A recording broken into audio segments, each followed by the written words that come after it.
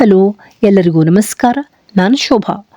ಸಮೃದ್ಧಿ ಮಹಿಳಾ ಮಂಡಳ ಹಾಗೂ ಪಂದಳ ಚಾರಿಟೇಬಲ್ ಟ್ರಸ್ಟ್ ಇವರ ಸಹಯೋಗದಲ್ಲಿ ಹಸಿರು ಆಹಾರ ಹಸಿರು ಆರೋಗ್ಯ ಎನ್ನುವಂಥ ಕಾರ್ಯಾಗಾರವು ತುಂಬ ಯಶಸ್ವಿಯಾಗಿ ನಿನ್ನೆಯಷ್ಟೇ ಅಂದರೆ ಸಿರ್ಸಿಯ ವಿವೇಕಾನಂದ ನಗರದ ಶಾಲಾ ಕೊಠಡಿಯಲ್ಲಿ ಯಶಸ್ವಿಯಾಗಿ ಅರ್ಥಪೂರ್ಣವಾಗಿ ನೆರವೇರಿತು. ಸಮಗ್ರ ಟ್ರಸ್ಟ್ನ ಅಧ್ಯಕ್ಷರಾದ ಶ್ರೀಯುತ ಉಮಾಪತಿ ಭಟ್ ಕೆವಿ ಇವರು ಹಸಿರು ಆಹಾರ ಹಸಿರು ಆರೋಗ್ಯ ಇದರ ಕುರಿತಾಗಿ ಎಲ್ಲರಿಗೂ ಮನಮುಟ್ಟುವಂತೆ ವಿಸ್ತಾರವಾಗಿ ಕಾರ್ಯಾಗಾರವನ್ನು ನಡೆಸಿಕೊಟ್ಟರು. ಈ ಕಾರ್ಯಕ್ರಮದ ವಿಡಿಯೋವನ್ನು ಇಲ್ಲಿ ಶೇರ್ ಮಾಡಿದ್ದೀನಿ. ಎಲ್ಲರೂ ಕೂಡ ನೋಡಿ, ಫ್ಯಾಮಿಲಿ ಆ್ಯಂಡ್ ಫ್ರೆಂಡ್ಸ್ ಶೇರ್ ಕೂಡ ಮಾಡಿ.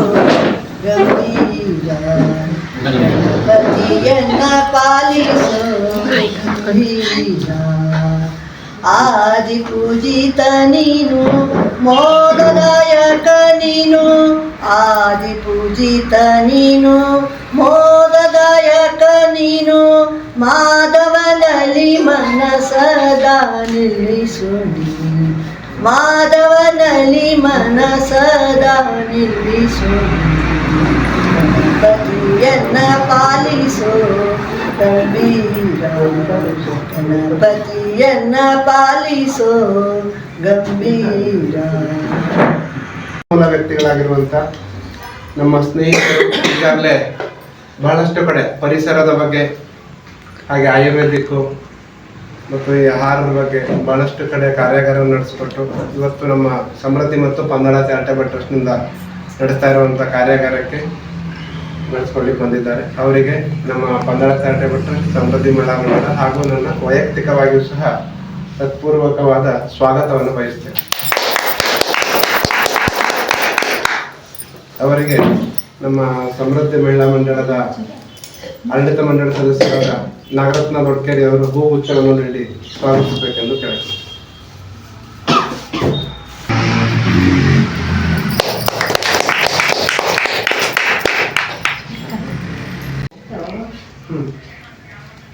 ಆದರಣೀಯ ಬಂಧುಗಳೇ, ತಾಯಂದಿರೇ,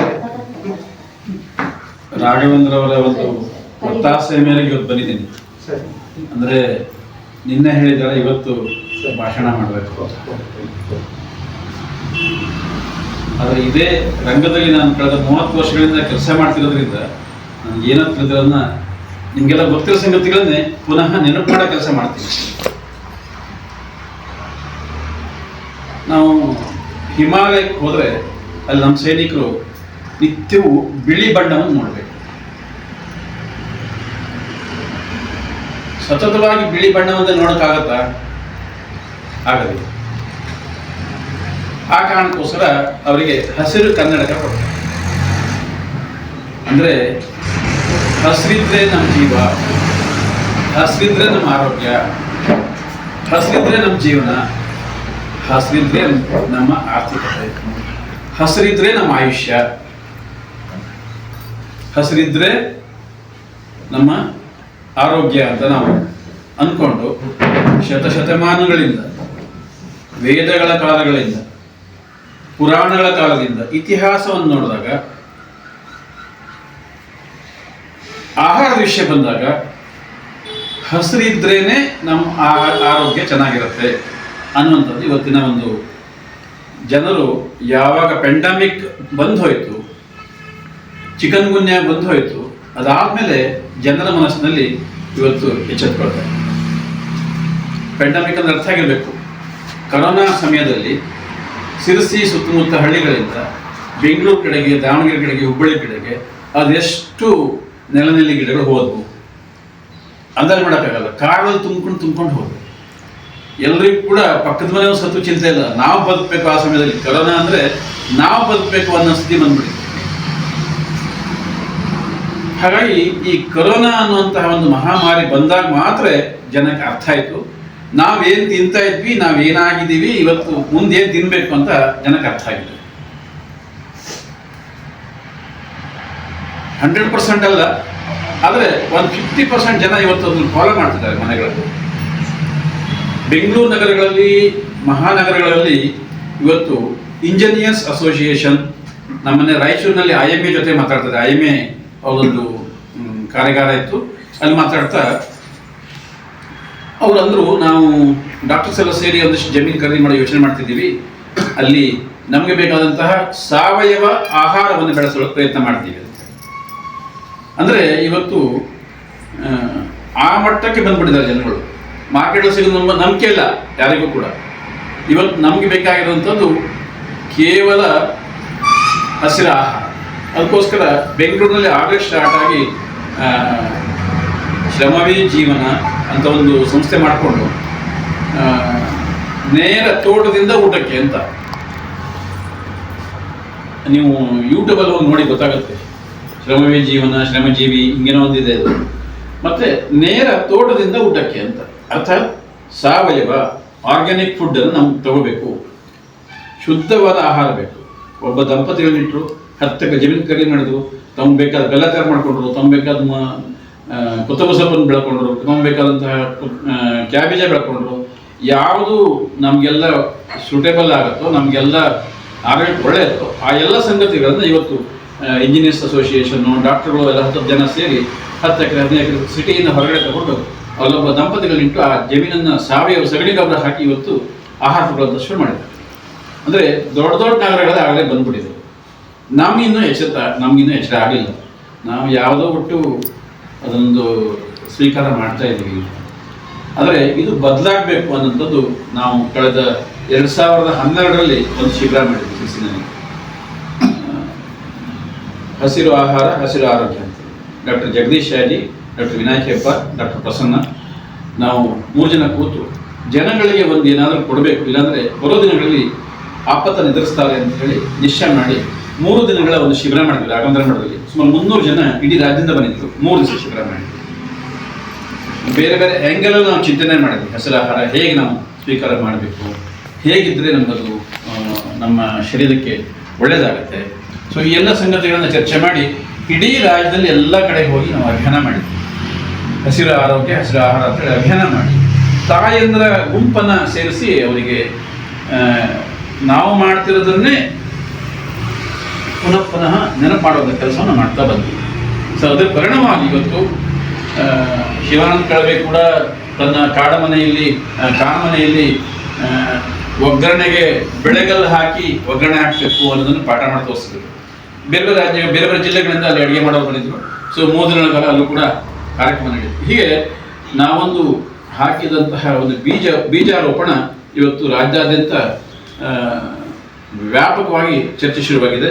ಇದೊಂದು ಕ್ಯಾಲೆಂಡರ್ ಮಾಡಿದ್ವಿ.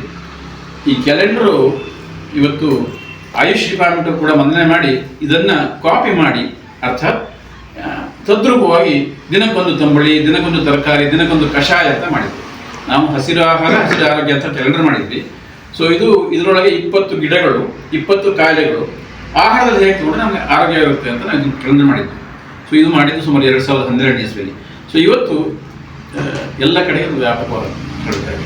ಇದ್ರ ಪರಿಣಾಮವಾಗಿ ನಾವೊಂದು ಬೀಜಾರೋಪಣ ಮಾಡಿದ್ದು ಇವತ್ತು ವೃಕ್ಷವಾಗಿ ಬೆಳೀತಾ ಇದೆ. ಸೊ ಇವತ್ತು ರಾಘಣ್ಣ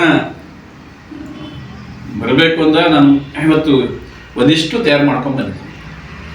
ಮೊಟ್ಟ ಮೊದಲೇದು ನಮಗೆ ಗಣಪತಿಯಿಂದ ಪ್ರಾರಂಭ ಮಾಡಬೇಕು ಎಲ್ಲ ಕೆಲಸನೂ ಕೂಡ ಅಲ್ವಾ.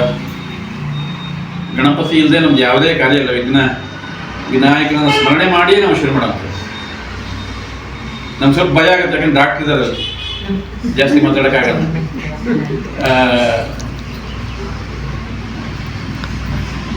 ಎಲ್ಲವೂ ನಿತ್ಯ ಶ್ಲೋಕ ಹೇಳ್ತೀವಿ ಗಣಪತಿ. ಯಾವ್ದು ಹೇಳಿ? ಆಮೇಲೆ ಗಜಾನನಂ ಭೂತ ಗಣಾದಿ ಸೇವಿತಂ ಕಪಿತ್ತ ಜಂಬೂ ಫಲಸಾರ ಭಕ್ಷಿತಂ ಉಮಾಸುತಂ ಶೋಕ ವಿನಾಶ ಕಾರಕಂ ಅಂತ ಹೇಳ್ತೀವಿ. ಶ್ರದ್ಧೆಯಿಂದ ಭಕ್ತಿಯಿಂದ ದೇವ್ರ ಮುಂದೆ ಹೋದ್ರೆ ಕಣ್ಣು ಮುಚ್ತೀವಿ. ಕಣ್ಣು ಮುಚ್ಕೊಂಡು ಗಣಪತಿ ನಮ್ಮ ಒಳಗೆ ಬಂದಂಗೆ ಮಾಡ್ಕೋತೀವಿ. ಆರೋಗ್ಯ ಕೊಡು, ಶಕ್ತಿ ಕೊಡು, ದುಡ್ಡು ಕೊಡು ಎಲ್ಲ ಬೇಡ್ತೀವಿ. ಇಟ್ಕೊಂಡಂಥ ಕಾರ್ಯ ನಿರ್ವಿಘ್ನ ನಡೀಲಿ ಅಂತ ಕೇಳ್ಕೊತೀವಿ. ಆದರೆ ಆ ಶ್ಲೋಕದಲ್ಲಿರುವಂತಹ ಎರಡು ಸಸ್ಯಾಧಾರಿತ ಪದಾರ್ಥವನ್ನು ನೆನಪು ಮಾಡ್ಕೊಳ್ಳೋದು ಅಲ್ವಾ. ಇದು ಬಹಳ ಇಂಪಾರ್ಟೆಂಟ್.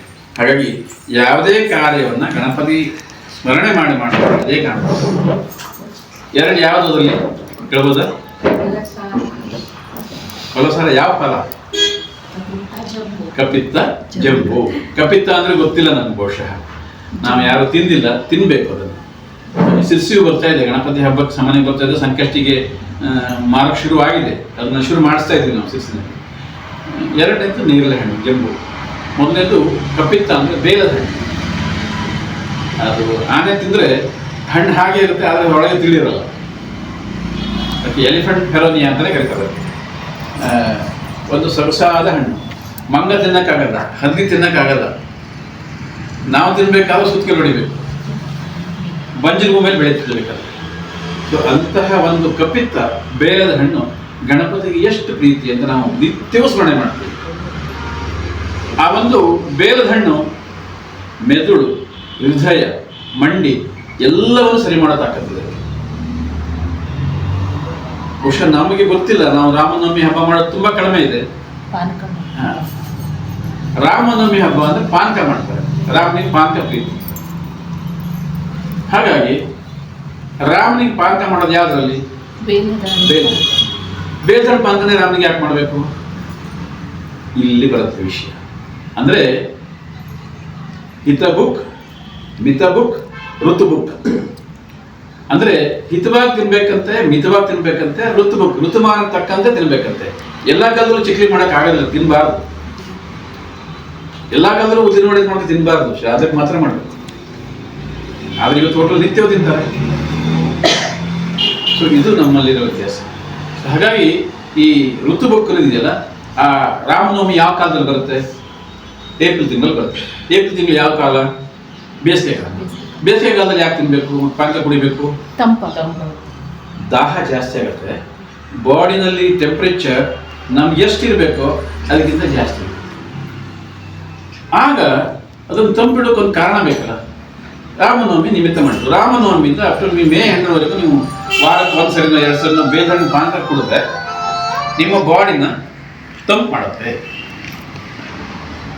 ತಂಪು ಮಾಡೋದಷ್ಟೇ ಅಲ್ಲ, ಈಗ ಗೋಬಿ ಮಚ್ಚರಿ ತಿಂದ್ರೆ ಟೇಸ್ಟಿಗೆ ಪೌಡರ್ ಹಾಕಿರ್ತದೆ, ತಿನ್ನಕ್ಕೆ ರುಚಿ ಆಗುತ್ತೆ, ಹೊಟ್ಟೆ ಹೋದ್ಮೇಲೆ ಹೊಟ್ಟೆ ಹಾಳು ಮಾಡುತ್ತೆ. ಆದರೆ ಬೇಲದ ಹಣ್ಣು ತಿನ್ಬೇಕಾದ್ರೆ ನಾವು ಒಳಗೆ ಹೋಗುವಾಗ ಅದು ತಂಪಷ್ಟೇ ಮಾಡಲ್ಲ, ಮೆದುಳು ಸರಿ ಮಾಡುತ್ತೆ, ಹೃದಯಕ್ಕೆ ಬಲ ಕೊಡುತ್ತೆ, ಮಂಡಿ ನೋವು ಬಲ ಕೊಡುತ್ತೆ. ಸೊ ಇಷ್ಟೆಲ್ಲ ಕೆಲಸ ಮಾಡುವಾಗ ಬೇಲದ ಹಣ್ಣು ಯಾಕೆ ತಿನ್ಬಾರ್ದು? ಹಾಗಾಗಿ ಗಣಪತಿಯ ಶ್ಲೋಕ ಹೇಳಿ ಆದರೂ ತಿಳ್ಕೊಳ್ಳಿ ಅಂತ ನಾವು ಹಿರಿಯರು ಮಾಡಿಟ್ಟು ಗೊತ್ತಾಗುತ್ತೆ. ಅದನ್ನೇ ಪುನರಪಿ ಮನನ ಮಾಡೋದಕ್ಕೋಸ್ಕರ ಇದನ್ನು ಕಾರ್ಯಕ್ರಮ. ಅಂದ್ರೆ ನಾವು ಒಂದು ಗಣಪತಿಯ ಸ್ಮರಣೆ ಮಾಡಿದ್ರೆ ನಮ್ಗೆ ಆಹಾರದ ನೆನಪಾಗುತ್ತೆ. ಜಂಬು ಬಂದ್ರೆ ಚೌಕಶಿ ಮಾಡ್ತೀವಿ, 1 ಲೋಟಕ್ಕೆ 30 ರೂಪಾಯಿ ಅಂತಾಳೆ ಅಮ್ಮ, ಅಕ್ಕಮ್ಮ ಅಂತೇಳಿ ಹಂಗಲಿಂದ ಬರ್ತಾಳೆ, ಬಹುಶಃ ಇಲ್ಲೆಲ್ಲ ಬರ್ಬೋದು. ಅವಳು 30 ರೂಪಾಯಿಗೆ 1 ಲೋಟ ಅಂತ ಹೇಳ್ತಾಳೆ. ನಾವು ತಗೊಳಕ್ ಚೌಕಶಿ ಮಾಡ್ತೀವಿ, ಆದ್ರೆ ಮಕ್ಕಳು ಆಟ ಮಾಡ್ತಾರೆ ತಗೋತೀವಿ. ಆದ್ರೆ ಅದನ್ನೇ ತಗೊಂಡು ತಿಂದು ಬೀಜನ ವೃಕ್ಷಾರೋಪಣ ಮಾಡ್ಬೋದು. ಅದೇ ಬೀಜನ ಪೌಡರ್ ಮಾಡಿದ್ರೆ ಯಾವ ಕಾಯಿಲೆ ಕಡಿಮೆ ಆಗುತ್ತೆ? ಶುಗರ್ ಕಡಿಮೆ ಆಗುತ್ತೆ. ಇಷ್ಟೇ. ಸೊ ಹಾಗಾಗಿ ಗಣಪತಿಯ ಶ್ಲೋಕದಂತ 2 ಹಣ್ಣು ಇಡೀ ನಮ್ಮ ಜೀವನವನ್ನ ಮೇಲಕ್ಕೆತ್ತದೆ. ಗಣಪತಿ ಪ್ರಾರ್ಥನೆಯಿಂದ ಮೇಲೆತ್ತಲ್ಲ, ಪುಣ್ಯ ಬರಲ್ಲ, ಪಾಪ ಹೋಗಲ್ಲ. ಆದರೆ ಆ 2 ಹಣ್ಣು ತಿಂದಾಗ ನಮ್ದು ಎಲ್ಲ ಪಾಪಗಳ ನಿವಾರಣೆಯಾಗಿ ಶಕ್ತಿ ಬರುತ್ತಲ್ಲ, ಶಕ್ತಿ ಬಂದಾಗ ಚೆನ್ನಾಗಿ ದುಡಿತೀವಿ, ಚೆನ್ನಾಗಿ ದುಡಿದಾಗ ಲಕ್ಷ್ಮಿ ಓಡೋಡಿ ಮನೆ ಹತ್ರ ಬರ್ತಾರೆ. ಹಾಗಾಗಿ ಇವತ್ತು ನಾವು ಮುಖ್ಯವಾಗಿ ಗಣಪತಿ ಶ್ಲೋಕ ಹೇಳುವಾಗ, ಮಕ್ಕಳಿಗೆ ಹೇಳ್ಕೊಡುವಾಗ ಯಾವುದೇ ಶ್ಲೋಕ ಹೇಳ್ಕೊಡಿ, ಯಾವುದೇ ವಿಷಯ ಹೇಳಿ ಅದರ ಅರ್ಥವನ್ನು ಹೇಳಬೇಕು. ಇವತ್ತು ಅನೇಕ ಮನೆಗಳಲ್ಲಿ ಉಪನಯನ ಮಾಡ್ತಾರೆ. ಉಪನಯನ ಜೀವನಕ್ಕೆ ಒಂದು ಹೊಸ ದೃಷ್ಟಿಯನ್ನು ಕೊಡೋದು ಅಂತ ಹೇಳ್ತಾರೆ. ಯಾರು ಹೇಳ್ಕೊಡ್ತಾರೆ? ಮಕ್ಕಳಿಗೆ ದಾರ ಹಾಕಿ ವಿಜೃಂಭಣೆಯಿಂದ 5 ಸ್ವೀಟ್ ಮಾಡಿ ಊಟ ಮಾಡಿ ಕಳಿಸ್ಕೊಡ್ತಾರೆ. ಅಲ್ಲ, ಉಪನಯನದ ಒಂದು ವಿಧಾನವನ್ನು, ಸಂಸ್ಕಾರವನ್ನು ಕೊಡಬೇಕಾದ್ರೆ ಅದರ ಮಹತ್ವವನ್ನು ನಮ್ಮ ಒಟುವಿಗೆ ತಿಳಿಸ್ಬೇಕು. ಮುಂಜಿ ಅಂತ ಕರೀತಾರೆ. ಮುಂಜಿ ಅಂದರೆ ಹಳ್ಳದಲ್ಲಿ ಸಿಗುವಂತಹ ಒಂದು ಹುಲ್ಲು. ಆ ಹುಲ್ಲನ್ನು ಹುರಿ ಮಾಡಿ ಅವನು ಕಟ್ತಾನೆ. ಅವನು ಬ್ರಹ್ಮಚರ್ಯ ಪಾಲಿಸ್ಬೇಕು ಅಂತ. ಅಂದ್ರೆ ಇಲ್ಲಿನ ಕೆಳಗಿನ ವಿಚಾರ ಬಿಟ್ಬಿಡ್ಬೇಕು. ಅವನು ಬ್ರಹ್ಮಚರ್ಯ ಪಾಲನೆ ಮಾಡೋದು. ಅದಕ್ಕೆ ಆ ಮುಂಜೆ ಅವರನ್ನು ಹುರಿ ಮಾಡಿ ಕಟ್ತಾರೆ. ಅದು ಮಂತ್ರಾಸ್ತ್ರ ಅರ್ಥ ಎಲ್ಲ ಇದೆ, ನಾನು ಹೇಳೋದು ಈಗ ಸಮಯ ಅಲ್ಲ. ಅಂದ್ರೆ ಹೀಗೆ ಒಂದು ವಿಷಯವನ್ನು ನಾವು ತಗೊಂಡಾಗ ಅದರ ಪರಿಪೂರ್ಣತೆಗಳಿಗೆ ನಾವು ಹೋದಾಗ ಮಾತ್ರ ನಾವು ಗೆಲ್ತೇವೆ. ಇಲ್ಲದೆ ಹೋದರೆ ನಾವು ಗೆಲ್ಲಕ್ಕಾಗಲ್ಲ. ಪ್ರತಿಯೊಂದು ಕ್ಷೇತ್ರದಲ್ಲೂ ಕೂಡ ನಾವು ಬೆಳೆಯಬೇಕು ಅಂದರೆ ನಮಗೆ ಶಕ್ತಿ ಬೇಕು, ಜ್ಞಾನ ಬೇಕು, ಬುದ್ಧಿ ಬೇಕು, ಆಸಕ್ತಿ ಬೇಕು. ಇವೆಲ್ಲವೂ ಎಲ್ಲಿಂದ ಬರ್ತದೆ ಅಂತಂದ್ರೆ ನಾವು ತಿನ್ನುವ ಆಹಾರದಿಂದ. ಸೊ ಹಾಗಾಗಿ ನಾವು ತಿನ್ನುವ ಆಹಾರ ಹೇಗಿರಬೇಕು? ಮಕ್ಕಳಿಗೆ ಹೇಳ್ಕೊಡ್ತೀವಿ, ಶಾಲೆಯಲ್ಲಿ ಹೇಳ್ತಾರೆ ಹಸಿರೇ ಅಂತ ತಕ್ಷಣ ಹೇಳ್ತಾರೆ ಉಸಿರು ಬರ್ತಾರೆ. ಘೋಷಣೆ ಆಗಷ್ಟೇ ಉಳ್ಕೊಂಡ್ಬಿಡುತ್ತೆ. ಆದರೆ ನಮ್ಮಲ್ಲಿ ನಾವು ಎಷ್ಟು ಹಸಿರು ಬೆಳೆದ್ವಿ ಅಂತ ನಾವು ಒಂದ್ಸರಿ ಇಲ್ಲಿ ಶಿರ್ಸಿಲ್ ಪ್ರಯೋಗ ಮಾಡಿದ್ವಿ. ಈ ವರ್ಷ ಮಾಡೋಕ್ಕೆ ಯೋಚನೆ ಮಾಡ್ತಾ ಇದ್ದೀವಿ. ಮನೆಗಳಲ್ಲಿ ಔಷಧಿ ಸಸ್ಯಗಳು ಅಂತ ಹೇಳಿ ಸುಮಾರು 90 ಜನ ಭಾಗವಹಿಸಿದ್ರು. 95 ಗಿಡ ಬೆಳೆದಂತಹ ರಾಜರತ್ನಗಳ ಹೆಸರು ಶಿಗೇರಿ ರಾಜೇಶ್ವರಿ ಅವರು ಮೊದಲನೇ ಸ್ಥಾನ ಪಡೆದರು. ಮನೆಯಲ್ಲಿ ಇಂಥ ಗಿಡ ಇದು ಹಿಂಗೆ ಔಷಧ ಬರುತ್ತೆ ಅಂತ ಮುಟ್ಟಿ ತೋರಿಸಿದ್ರು. 95 ಗಿಡ ಬೆಳೆದರು. ಎರಡನೇದು ನೀಲಕಣಿಯಲ್ಲಿ ಯಶಸ್ವತಿ ಮಂಗರ್ಷಿ ಅಂತ. ಹೀಗೆ ನಮ್ಮ ಮನೇಲಿ ನಾವು ಎಷ್ಟು ಬೆಳಿತೀವಿ, ಅದ್ರ ಬಗ್ಗೆ ನಾವು ಎಷ್ಟು ತಿಳ್ಕೊಂಡಿದ್ದೀವಿ, ಇದು ಬಹಳ ಮುಖ್ಯ. ಸೊ ಹಾಗಾಗಿ ಹಸಿರೇ ಉಸಿರು ಅನ್ನೋಕ್ಕೆ ಮುಂಚೆ ನಾವು ನಮ್ಮ ಮನೆಯಲ್ಲಿ ಅದನ್ನು ಮಾಡ್ತಾ ಇದ್ದೀವ. ಅದಕ್ಕೋಸ್ಕರ ನಮ್ಮ ಆಹಾರಗಳ ಪದ್ಧತಿ ಹೇಗಿರಬೇಕು ಅಂದರೆ ಊಟ ಬಲ್ಲವನಿಗೆ ರೋಗವಿಲ್ಲ, ಮಾತು ಬಲ್ಲವನಿಗೆ ಜಗಳವಿಲ್ಲ. ಹಾಗಾಗಿ ಈ ಹಸಿರು ಆಹಾರ ಅಂದರೆ ಅಡುಗೆ ಹೇಗೆ ಮಾಡಬೇಕು, ಅಡುಗೆ ಮನೆ ಹೇಗಿರಬೇಕು, ಮಾಡುವ ಸಮಯ ಹೇಗಿರಬೇಕು, ಅಡುಗೆ ಮಾಡುವಂಥ ಪಾತ್ರೆಗಳು ಹೇಗಿದೆ, ಅಡುಗೆ ಮನೆ ಹೇಗಿದೆ, ಊಟ ಮಾಡುವ ಸಮಯ ಹೇಗಿದೆ, ಇವತ್ತೆಲ್ಲ ಹೇಗೆ ಮಾಡ್ತಾರೆ ಊಟನ? ಧಾರಾವಾಹಿಗಳಲ್ಲಿ ಊಟ ಮಾಡ್ತಾರೆ. ನಾವು ತಿಂದ ಆಹಾರ ಏನಾಗುತ್ತೆ? ಧಾರಾವಾಹಿನೇ ಆಗುತ್ತೆ. ಮನಸ್ಸು ವಿಚಲಿತ ಆಗುತ್ತೆ. ಹಾಗಾಗಿ ಊಟಕ್ಕೆ ಕೂತಾಗ ನಮ್ಮಲ್ಲೊಂದು ಸಂಪ್ರದಾಯ ಇದೆ. ಎಲ್ಲರೂ ಒಟ್ಟಿಗೆ ಕೂತು ಊಟ ಮಾಡಬೇಕು. ಊಟ ಮಾಡೋಕ್ಕೆ ಮುಂಚೆ ಮಂತ್ರ ಹೇಳಬೇಕು. ಮಂತ್ರ ಹೇಳಿ ಮಧ್ಯದಲ್ಲಿ ಕೂಡ ಶ್ಲೋಕ ಹೇಳಬೇಕು ಅಂತ. ಅಂದರೆ ಭೋಜನ ಅಂದ್ರೆ ಒಂದು ಯಜ್ಞ. ಅದು ತುತ್ತಿನ ಚೀಲವನ್ನು ತುಂಬಿಸೋದಲ್ಲ. ಆ ತುತ್ತಿನ ಚೀಲ ತುಂಬಿಸಿದ್ರೆ ಏನಾಗುತ್ತೆ? ಅದಕ್ಕೆ ಸರ್ವಜ್ಞ ಒಂದು ವಚನ ಹೇಳ್ತಾರೆ, ನಾಲಿಗೆಯ ಸವಿಸುಗಕ್ಕೆ ಚೀಲವನ್ನು ತುಂಬಿದರೆ ಶೂಲೆಗಳು ಹಲವು ತೆರನಾಗಿ ರುಜಗಳಿಂದ ಕಾಲನಾಶನಕ್ಕೂ ಸರ್ವಜ್ಞ. ಅಂದರೆ ನಾಲಿಗೆಯ ರುಚಿಗೆ ಸುಖಕ್ಕೆ ನಾವು ಎಲ್ಲ ಚೀಲ ತುಂಬ್ತಾ ಇದ್ರೆ ಫ್ರೆಂಡ್ ಗೋಬಿ ಮಿಚಲಿ ಕೊಡಿಸ್ದ, ಆಮೇಲೆ ಬಸ್ ಸ್ಟ್ಯಾಂಡಿಗೆ ಹೋದವನೇನೋ ಪಾರಿಪುರಿ ತಿನ್ನೋಣ ಬಾ ಅಂತ, ಇನ್ನೊಂದೇನೋ ಮಂಡಕ್ಕಿ ಮಸಾಲೆ ಮಾಡ್ತಾರೆ ತಿನ್ನೋಣ ಅಂತ, ಸಿಪಿ ಬಜ್ಜಿ ಬದನೆಕಾಯಿ ಬಜ್ಜಿ ಮಾಡ್ತಾರಲ್ಲ ಬೆಂಡೆಕಾಯಿ ಎಲ್ಲವೂ ತಿನ್ನೋಣ ಅಂತ ಎಲ್ಲ ತಿಂದ್ವಿ. ಅಂಥವನು ರೋಗ ರುಜಿನಗಳನ್ನು ತುಂಬಿ ಶೂಲೆಗಳವನಿಗೆ ಕರಿತಾ ಹೋದೆ ಬಾ ಬಾ ಅಂತ ಬಂದ್ಬಿಡ್ತವೆ. ಶೂಲೆಗಳು ಬಂದು ಕಾಲನಾಶನಕ್ಕೂ, ಕಾಲ ಅಂದ್ರೆ ಯಾರು? ಯಮ ಕರೆದ್ಬಿಡ್ತಾನೆ ಅಂತ ಸರ್ವಜ್ಞ ಹೇಳ್ತಾನೆ. ಅಂದ್ರೆ ಸೂಕ್ಷ್ಮ ಅರ್ಥದಲ್ಲಿ ಹೇಳ್ತಾನೆ ಸರ್ವಜ್ಞ. ಅಂದ್ರೆ ನಾಲಿಗೆ ರುಚಿಗೆ ನಾವು ತಿಂದ್ರೆ ನಮ್ಮ ಶರೀರ ಏನಾಗತ್ತೆ ಅನ್ನೋದಕ್ಕೆ ಅವನು ಒಂದು ಉದಾಹರಣೆ. ಸೊ ಹಾಗಾಗಿ ನಮಗೆ ಊಟ ಬಲ್ಲವನಿಗೆ ರೋಗವಿಲ್ಲ ಅನ್ನೋ ನಾವು ನೆನಪಿಡಬೇಕು. ಊಟ ಮಾಡೋದಕ್ಕೂ ವಿಧಾನ ಇದೆ. ಅದು ಭೋಜನ ಯಜ್ಞ. ಆ ಭೋಜನ ಯಜ್ಞವನ್ನು ಯಜ್ಞ ರೂಪದಲ್ಲೇ ಮಾಡಬೇಕು. ಟೇಬಲ್ ಮೇಲೂ ಅಲ್ಲ, ನಾವು ಕೆಳಗೆ ಊಟ ಮಾಡಬೇಕು. ಶುದ್ಧ ಮನಸ್ಸಿನಿಂದ ಅನ್ನಪೂರ್ಣೇಶ್ವರನ ಜ್ಞಾಪಕ ಮಾಡಿಕೊಂಡು ಮಧ್ಯದಲ್ಲಿ ನಾವು ಯಾವುದಾದ್ರು ದೇವತೆಗಳ ಸ್ಮರಣೆ ಮಾಡಿಕೊಂಡು ಊಟ ಮಾಡಿದಾಗ, ತಿಂದನ್ನ ಪಚನವಾದಾಗ ಅಲ್ಲಿ ಸಾತ್ವಿಕ ಶಕ್ತಿ ನಿರ್ಮಾಣ ಆಗುತ್ತೆ. ಸಾತ್ವಿಕ ಶಕ್ತಿ ನಿರ್ಮಾಣ ಆದಾಗ ನಮ್ಮ ವಿಚಾರಗಳು ಕೂಡ ರಜೋತಮ ಬಿಟ್ಟು ಸಾತ್ವಿಕ ವಿಚಾರ ಬರ್ತದೆ. ಸಾತ್ವಿಕ ವಿಚಾರ ಬಂದಾಗ ನಮ್ಮ ದುಡಿಮೆಗೆ ಬಲ ಬರುತ್ತೆ.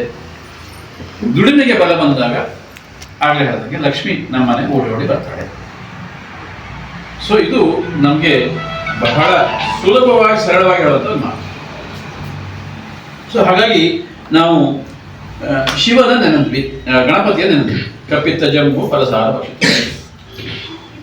ಎರಡನೇದು ಶಿವನ ಸ್ಮರಣೆ ಮಾಡಿ. ಶಿವನ ಸ್ಮರಣೆ ಯಾಕೆ ಮಾಡಬೇಕು? ಬ್ರಹ್ಮ ಸೃಷ್ಟಿ ಮಾಡೋಣ, ವಿಷ್ಣು ಪರಿಪಾಲನೆ ಮಾಡೋಣ, ಆಮೇಲೆ ಶಿವ ಲಯಕಾರಕ ನೆನೆಸವನು. ಅಯ್ಯೋ ಶಿವನೇ ಏನಾದ ತಕ್ಷಣ ಹೇಳ್ತೀವಿ, ಅಯ್ಯೋ ಶಿವನೇ ಹಂಗಾಗಬಾರ್ದಿತ್ತು. ಹಾಗಾಗಿ ಏನೂ ಆಗಬಾರ್ದು ಅಂದರೆ ಶಿವನನ್ನು ಸ್ಮರಣೆ ಮಾಡಬೇಕು. ಓಂ ನಮಃ ಶಿವಾಯ ಒಂದು ಒತ್ತಕ್ಷರದಿಂದ 108 ಸರಿ ಹೇಳಿ ಪ್ರತಿ ದಿವಸ. ನಿಮ್ಮ ಶ್ವಾಸಕೋಶದ ಅಂಗಗಳು ಚೆನ್ನಾಗಿರುತ್ತೆ. ಓಂ ನಮಃ ಶಿವಾಯ, ಓಂ ನಮಃ. ಆ ಶ್ವಾಸಕೋಶಗಳು ಮತ್ತು ಏನು ಶರೀರದ ಅವಯವಗಳು ಚೆನ್ನಾಗಿರ್ಬೇಕು ಅಂದರೆ ಶಿವನಿಗೆ ಪ್ರೀತಿ ಯಾವುದು? ಬಿಲ್ಲುಪತ್ರೆ. ಬಿಲ್ಲುಪತ್ರೆ. ಬಿಲ್ಲುಪತ್ರೆ ಭೂಮಿಗೆ ಬಂದಿದ್ದೆ ಲಕ್ಷ್ಮಿ ಗೋವಿನ ಮೇಲೆ ಭೂಲೋಕಕ್ಕೆ ಬಂದಾಗ ಆಕಳ ಸಗಣಿಯಿಂದ ಹುಟ್ಟಿತ್ತು. ಹಾಗಾಗಿ ಲಕ್ಷ್ಮಿಗೂ ಪ್ರೀತಿ, ಶಿವನಿಗೂ ಪ್ರೀತಿ. ಆ ಲಕ್ಷ್ಮೀ ನಾಶಯ ಅಂತ ಒಂದು ಮಂತ್ರನೇ ಬರುತ್ತೆ ಶ್ರೀ ಸೂಕ್ತ. ಲಕ್ಷ್ಮಿ ಸಾಕಲ್ಲ ಅದು ಪೂಜೆ ಕಡಿಮೆ ಹಾಕ್ತಾರೆ, ಕಡಿಮೆ ಶಿವನಿಗೆ ಲಕ್ಷ್ಮಿಗೆ ಹಾಕಬೇಕು. ಅಂದ್ರೆ ಇಲ್ಲಿ ಅಲಕ್ಷ್ಮಿಯನ್ನು ನಾಶಪಡಿಸುತ್ತೆ ಅಂತ ಮಂತ್ರ ಬರುತ್ತೆ. ನಾನು ಮಂತ್ರ ಎಲ್ಲ ಹೇಳಕ್ ಹೋಗಲಿದೆ. ಆ ಅಲಕ್ಷ್ಮಿಯನ್ನು ನಾಶ ಮಾಡೋದು ಅಂದ್ರೆ ನಮ್ಮ ಶರೀರದ ಆಲಸ್ಯವನ್ನು ತೊಡೆದು ನಮ್ಮ ಶರೀರಕ್ಕೆ ಚೈತನ್ಯವನ್ನು ಕೊಟ್ಟು ಬಿಲ್ಲುಪತ್ರೆ ಆಹಾರದಿಂದ ನಮಗೆ ಲಕ್ಷ್ಮಿ ಬರುವಾಗ ಮಾಡುತ್ತೆ. ಹೇಗೆ ಬಳಸಬೇಕು ಹಾಗಾದ್ರೆ? ಡಾಕ್ಟರ್ ಕೇಳಿದ್ರೆ ಬಿಲ್ಪತ್ರೆ ಏನೇನು ಪೌಡರ್ ಮಾಡಿ ಅದನ್ನ ದಿವಸ ಬೆಳಗ್ಗೆ ಒಂದು ಚಮಚ ತಗೊಳ್ಳಿ, ನಿಮ್ಮ ಮಧುಮೇಹ ಕಂಟ್ರೋಲ್ ಇರುತ್ತೆ. ಭವಿಷ್ಯ ಹೇಳೋರು ಏನ್ ಹೇಳ್ತಾರೆ, ಬಿಲ್ಪತ್ರೆ ಕಾಯಿ ತಂದು ಚೆನ್ನಾಗಿರೋ ಹೊರಗಡೆ ಹುಳು ತೆಗೆದುಬಿಟ್ಟು ಹೂಣ ತಿರುಳನ್ನು ತೆಗೆದುಬಿಟ್ಟು ಆ ಕಾಯಿಯೊಳಗೆ ಭಸ್ಮ ಇಟ್ಟು ದಿವಸ ಭಸ್ಮ ಹಚ್ಬಿಡಿ, ನಮ್ಮ ಹಣೆ ಬರ ಬಂದಾಗತ್ತೆ. ಅದೇ ಒಳಗಿರೋ ತಿರುಳನ್ನ ಒಂದು ಚಮಚ ತಿರುಳನ್ನ ಕಡದ ಮಜ್ಜಿಗೆ ಹಾಕ್ಬಿಡಿದ್ರೆ ನಮಗೆ ಹೊಟ್ಟೆ ಶಬ್ದ ಬರುತ್ತೆ. ನಿನ್ನೆ ಭರ್ಜನೆ ಊಟ ಮಾಡ್ಬಿಟ್ವಿ, ನಿದ್ರೆಗೆಟ್ವಿ, ಬಾಡಿ ಹೀಟ್ ಆಗಿ ಏನಾಗುತ್ತೆ, ಹೊಟ್ಟೆಲಿ ಶಬ್ದ ಬರುತ್ತೆ, ಆಮಶಂಕೆ ಶುರುವಾಗುತ್ತೆ.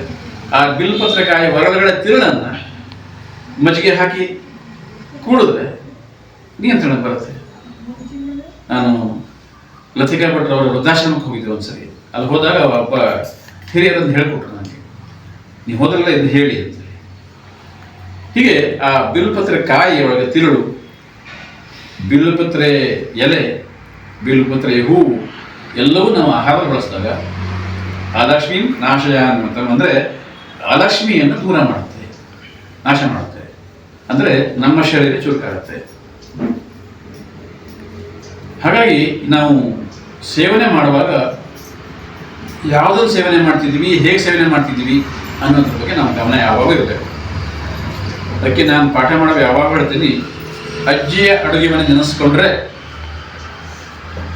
ನಮ್ಗೆ ಎಲ್ಲ ಶಕ್ತಿ ಬರುತ್ತೆ. ನಮ್ಮ ಅಜ್ಜಿ ಮಾಡ್ತಿದ್ದು ನಾವೆಲ್ಲರೂ ಹೇಳ್ತೀವಿ, ನಮ್ಮಮ್ಮ ಮಾಡ್ತಿದ್ದು ಅಂತ ಹೇಳ್ತೀವಿ. ನಾವು ಮಾಡ್ತೀವಿ ಅಂತ ಹೇಳೋದೇ ಇಲ್ಲ. ನಾವು ಮಾಡ್ತೀವಿ ಅಂತ ಬಂದಾಗ ಮಾತ್ರ ಇವೆಲ್ಲ ಜಾರಿ ಬರ್ತದೆ. ಮನೆ ಮುಂದೆ ತುಳಸಿ ಇರಬೇಕು, ವಿಷ್ಣುವಿಗೆ ಪ್ರೀತಿ. ಶಂಖ ಪುಷ್ಪ ಇರಬೇಕು, ವಿಷ್ಣುವಿಗೆ ಪ್ರೀತಿ.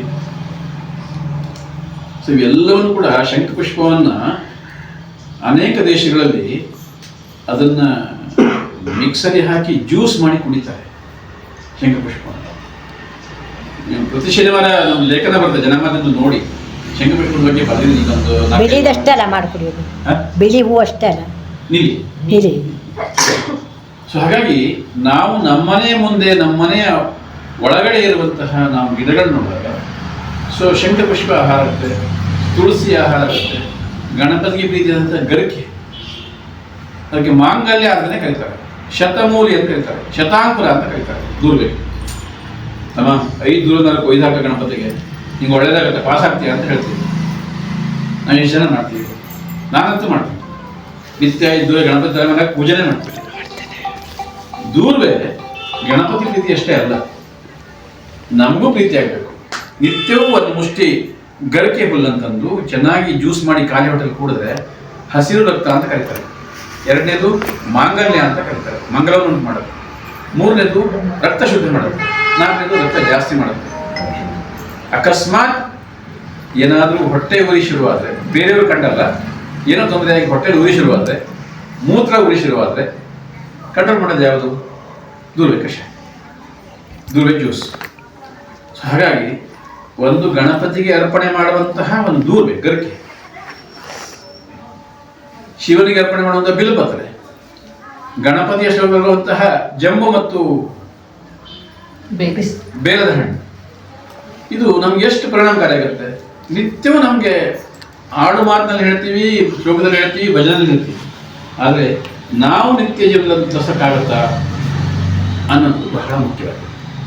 ಹಾಗಾಗಿ ಗಣಪತಿ, ಶಿವ, ಲಕ್ಷ್ಮಿ ಮತ್ತು ವಿಷ್ಣು, ಇನ್ನು ಪಾರ್ವತಿ ಜ್ಞಾಪಕ ಮಾಡಿಕೊಂಡ್ರೆ ಯಾರು ಹೇಳಿದ್ರಿ ಪಾರ್ವತಿ ಯಾವ ರೀತಿ ಅಂತ? ನಮ್ಮ ಅಮ್ಮನ ಹಾಡು ಹೇಳ್ತಿದ್ರಿ ಯಾವಾಗ, ಗೌರಿ ಬಪ್ಪಾಗ ಬಿಕ್ಕಿ ಹಣ್ಣು ಒಪ್ಪೋದು ಅಂತ ಹೇಳಿ ಗೌರವದಲ್ಲಿ ಹಾಡು. ಬಿಕ್ಕಿ ಹಣ್ಣು ಎಷ್ಟೆಲ್ಲ ಪರಿಣಾಮ ಕೊಡುತ್ತೆ. ಯಾರೋ ತಿಂದಿದ್ರ ಬಿಕ್ಕಿ ಹಣ್ಣು? ಗೌರಿ ಬರುವಾಗ ಹಣ್ಣಾಗತ್ತಂಥದ್ದು. ಗೌರಿ ಅಂತ ಪ್ರಕೃತಿ ಮಾತೆ, ಪ್ರಕೃತಿ ಬೇರೆ ಅಲ್ಲ, ಗೌರಿ ಬೇರೆ ಅಲ್ಲ. ಹಾಗಾಗಿ ಪ್ರಕೃತಿ ಪ್ರಿಯ ಆದಂತಹ ಪಾರ್ವತಿ ದೇವಿಗೆ ಯಾವ್ದು ಪ್ರೀತಿ? ಗೌರಿ ನಮ್ಮ ಮನೆಗೆ ಬಂದಾಗ ಬಾಗಿನ ಕೊಡ್ತೀವಿ, ಒಳ್ಳೆ ಅಡುಗೆ ಮಾಡ್ತೀವಿ, ನಿಂತ ಕರಿತೀವಿ, ಎಲ್ಲ ಮಾಡ್ತೀವಿ. ಗೌರಿಗೆ ವಿಶೇಷವಾದ ಅಡುಗೆ ಮಾಡ್ತೀವಿ. ಯಾವುದು ಗೊತ್ತಿದೆಯಾ? ಹಾ, ಕೆಸುವಿನ ಸೊಪ್ಪು. ಕೆಸುವಿನ ಸೊಪ್ಪು ಕರಕಲಿ ಮಾಡಿ ಬಡವ್ರ ಮನೆ ಹೋಗಿ ಶ್ರೀಮಂತರ ಮನೆ ಹೋಗಿ ಎಲ್ಲರ ಮನೆಗೂ ಕರಕಲಿನೇ ಮಾಡ್ಬೇಕು. ಪಾರ್ವತಿಗೆ ಶ್ರೀಮಂತರ ಮನೆ ಅಂತೇಳಿ ಬೇರೆ ಮಾಡೋಕ್ಕಾಗಲ್ಲ. ಪಾರ್ವತಿಗೆ ಕೆಸುವಿನ ಸೊಪ್ಪೆ ಪ್ರಧಾನ, ಪ್ರಕೃತಿ ಮಾತೆ ಅವರು. ಹಾಗಾದ್ರೆ ಕೆಸುವಿನ ಸೊಪ್ಪು ಯಾಕೆ ತಿನ್ಬೇಕು? ಮಳೆಗಾಲದಲ್ಲಿ ಬರುತ್ತೆ ಅಲ್ವಾ? ಯಾವಾಗ ಬರುತ್ತೆ ಮಳೆಗಾಲದಲ್ಲಿ? ಗೌರಿ ಹಬ್ಬ ಮಳೆಗಾಲದಲ್ಲಿ ಬರುತ್ತೆ. ಮಳೆಗಾಲದಲ್ಲಿ ನಮ್ಮ ಶರೀರಕ್ಕೆ ಯಾವ ಕಂಟೆಂಟ್ ಕಡಿಮೆ ಆಗುತ್ತೆ? ಯಾವ ಅಂಶಗಳು ಕಡಿಮೆ ಆಗುತ್ತೆ? ಉಷ್ಣಾಂಶ ಕಡಿಮೆ ಇರುತ್ತೆ. ಆಮೇಲೆ ಕಬ್ಬಿಣದ ಅಂಶ, ಐರನ್ ಕಂಟೆಂಟ್ ಕಡಿಮೆ ಇರುತ್ತೆ. ಅದನ್ನು ಕೊಡೋದು ಯಾವುದು? ಕೆಸುವಿನ ಸೊಪ್ಪು. ಅದಕ್ಕೋಸ್ಕರ ಪಾರ್ವತಿಗೆ ಕೆಸುವಿನ ಸೊಪ್ಪು ನೈವೇದ್ಯ ಮಾಡಿ ಊಟ ಮಾಡಿ ಅಂತ.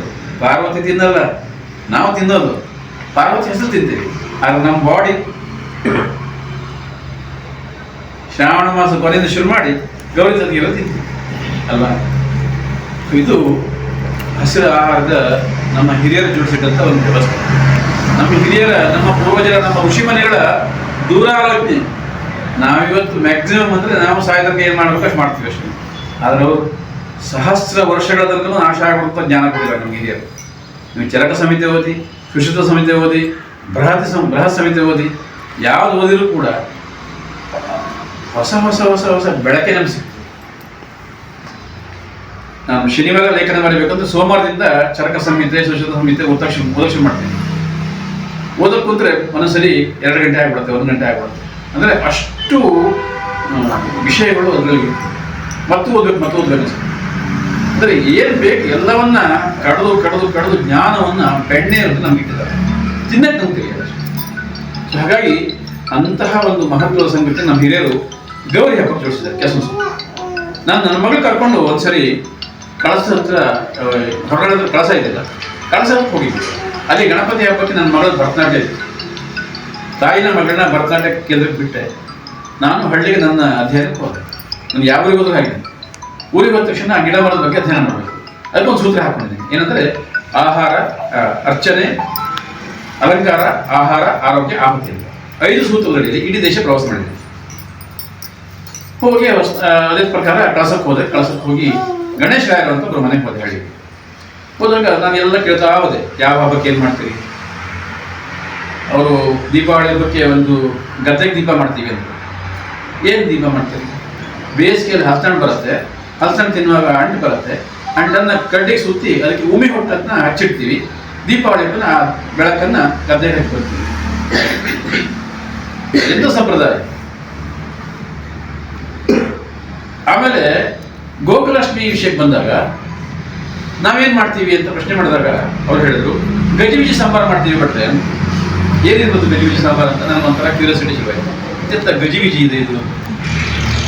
ಆಗ ಅವ್ರು ಹೇಳಿದ್ರು, ಬಿದಿರು ಕಳಲೆ ಮತ್ತು ಕೆಸುವಿನ ಸೊಪ್ಪು ಸಾಂಬಾರು ಮಾಡಿ ಕೃಷ್ಣನಿಗೆ ನೈವೇದ್ಯ ಮಾಡಿ ಊಟ ಮಾಡ್ತಾರೆ. ಇಲ್ಲಿ ಮತ್ತೆ ಪುನಃ ಅದೇ ಶಬ್ದ ಕೆಸುವಿನ ಸೊಪ್ಪು ಬಗ್ಗೆ ಆಗಲೇ ತಿಳಿಸಿದ್ದೀನಿ. ಇಲ್ಲಿ ಇನ್ನೊಂದು ಸೇರಿಸ್ತಾರೆ, ಬಿದಿರು ಕಳಲೆ. ಬಿದಿರು ಕಳಲೆ ಆಯುರ್ವೇದಿಕ್ ಪ್ರಕಾರ ಅದು ಗರ್ಭಾಶಯವನ್ನು ಶೋಧ ಮಾಡುತ್ತೆ. ತಾಯಿಯಿಂದ ಗರ್ಭಕೋಶವನ್ನು ಶುದ್ಧ ಮಾಡುತ್ತೆ. ಅದರಲ್ಲೂ ಕೂಡ ಟೆಂಪ್ರೇಚರ್, ಬಾಡಿಗೆ ಟೆಂಪ್ರೇಚರ್ ಕೊಡುವಂಥ ಸಾಮರ್ಥ್ಯ ಇದೆ. ಮಳೆಗಾಲ ನಮ್ಗೆ ಬಾಡಿ ಟೆಂಪ್ರೇಚರ್ ಕಡಿಮೆ ಇರ್ತದೆ, ಶರೀರವನ್ನು ಥಂಡಿ ಆಗಿರೋದ್ರಿಂದ ಅದು ಬಿಸಿ ಮಾಡುತ್ತೆ. ಹಾಗಾಗಿ ಗಜಿಬಿಜಿ ಸಾಂಬಾರು ಮಾಡಿ ಕೃಷ್ಣನ ನೈವೇದ್ಯ ಮಾಡಿ ತಿನ್ನು. ಹೀಗೆ ನಾವು ನಮ್ಮ ದಿನಚರಿ ನಮ್ಮ ಹಬ್ಬ ಹರಿದಿನಗಳು, ನಮ್ಮ ವ್ರತಗಳು ಇವನ್ನ ಸುಮ್ಮನೆ ಒಂದ್ಸಲಿ ಮೆಲ್ಕ್ ಹಾಕಿದ್ರೆ ಸಾಕು. ಈ ಹಸಿರು ಆಹಾರದ ಬಗ್ಗೆ ನಾವು ಭಾಷಣ ಮಾಡೋದೇ ಬೇಡ, ನಾವೇ ಮಾಡ್ತೀವಿ. ಒಂದ್ಸಲಿ ನಾವು ಚಟ್ನಿ ವಿಷಯ ಬಂದಾಗ ಯಾವ್ಯಾವ್ದು ಮಾಡ್ಬೋದು, ಭಜೆ ಮಾಡಿದಾಗ ಯಾವ್ಯಾವ್ದು ಮಾಡ್ಬೋದು ಅಂತ ವಿಷಯ ಬಂದಾಗ ಒಂದು ಕರಡಿ ಸೊಪ್ಪು ಗೊತ್ತಾ ನಿಮಗೆ? ಗೊತ್ತಿದ್ದವ್ರು ಮಾತ್ರ ಮಾಡಿ, ಗೊತ್ತಿದ್ದವ್ರು ಮಾಡಕ್ಕೆ ಹೋಗ್ಬೇಡಿ. ಯಾವುದೋ ಸೊಪ್ಪು ನಮ್ಮೆಲ್ಲ ಹೆಗ್ಗಣ್ಣೆಲ್ಲ ಅನಾಹುತ ಆಗಿದೆ. ಹಾಗಾಗಿ ಆ ಕರಡಿ ಸೊಪ್ಪಿನ ಚಟ್ನಿ ಮಾಡಿದಾಗ ಕೈ ಸೊಪ್ಪು, ಆದರೆ ಚಟ್ನಿ ಮಾಡಿದಾಗ ಅದು ರುಚಿನೇ ಶರೀರವನ್ನು ಶುದ್ಧ ಮಾಡುತ್ತೆ. ಎರಡನೇದು, ನಾವು ಗೋಬಿ ಮಚೂರಿ ಮಾಡಿ ತಿನ್ನಿಸ್ತೀವಿ ಮಕ್ಕಳಿಗೆ.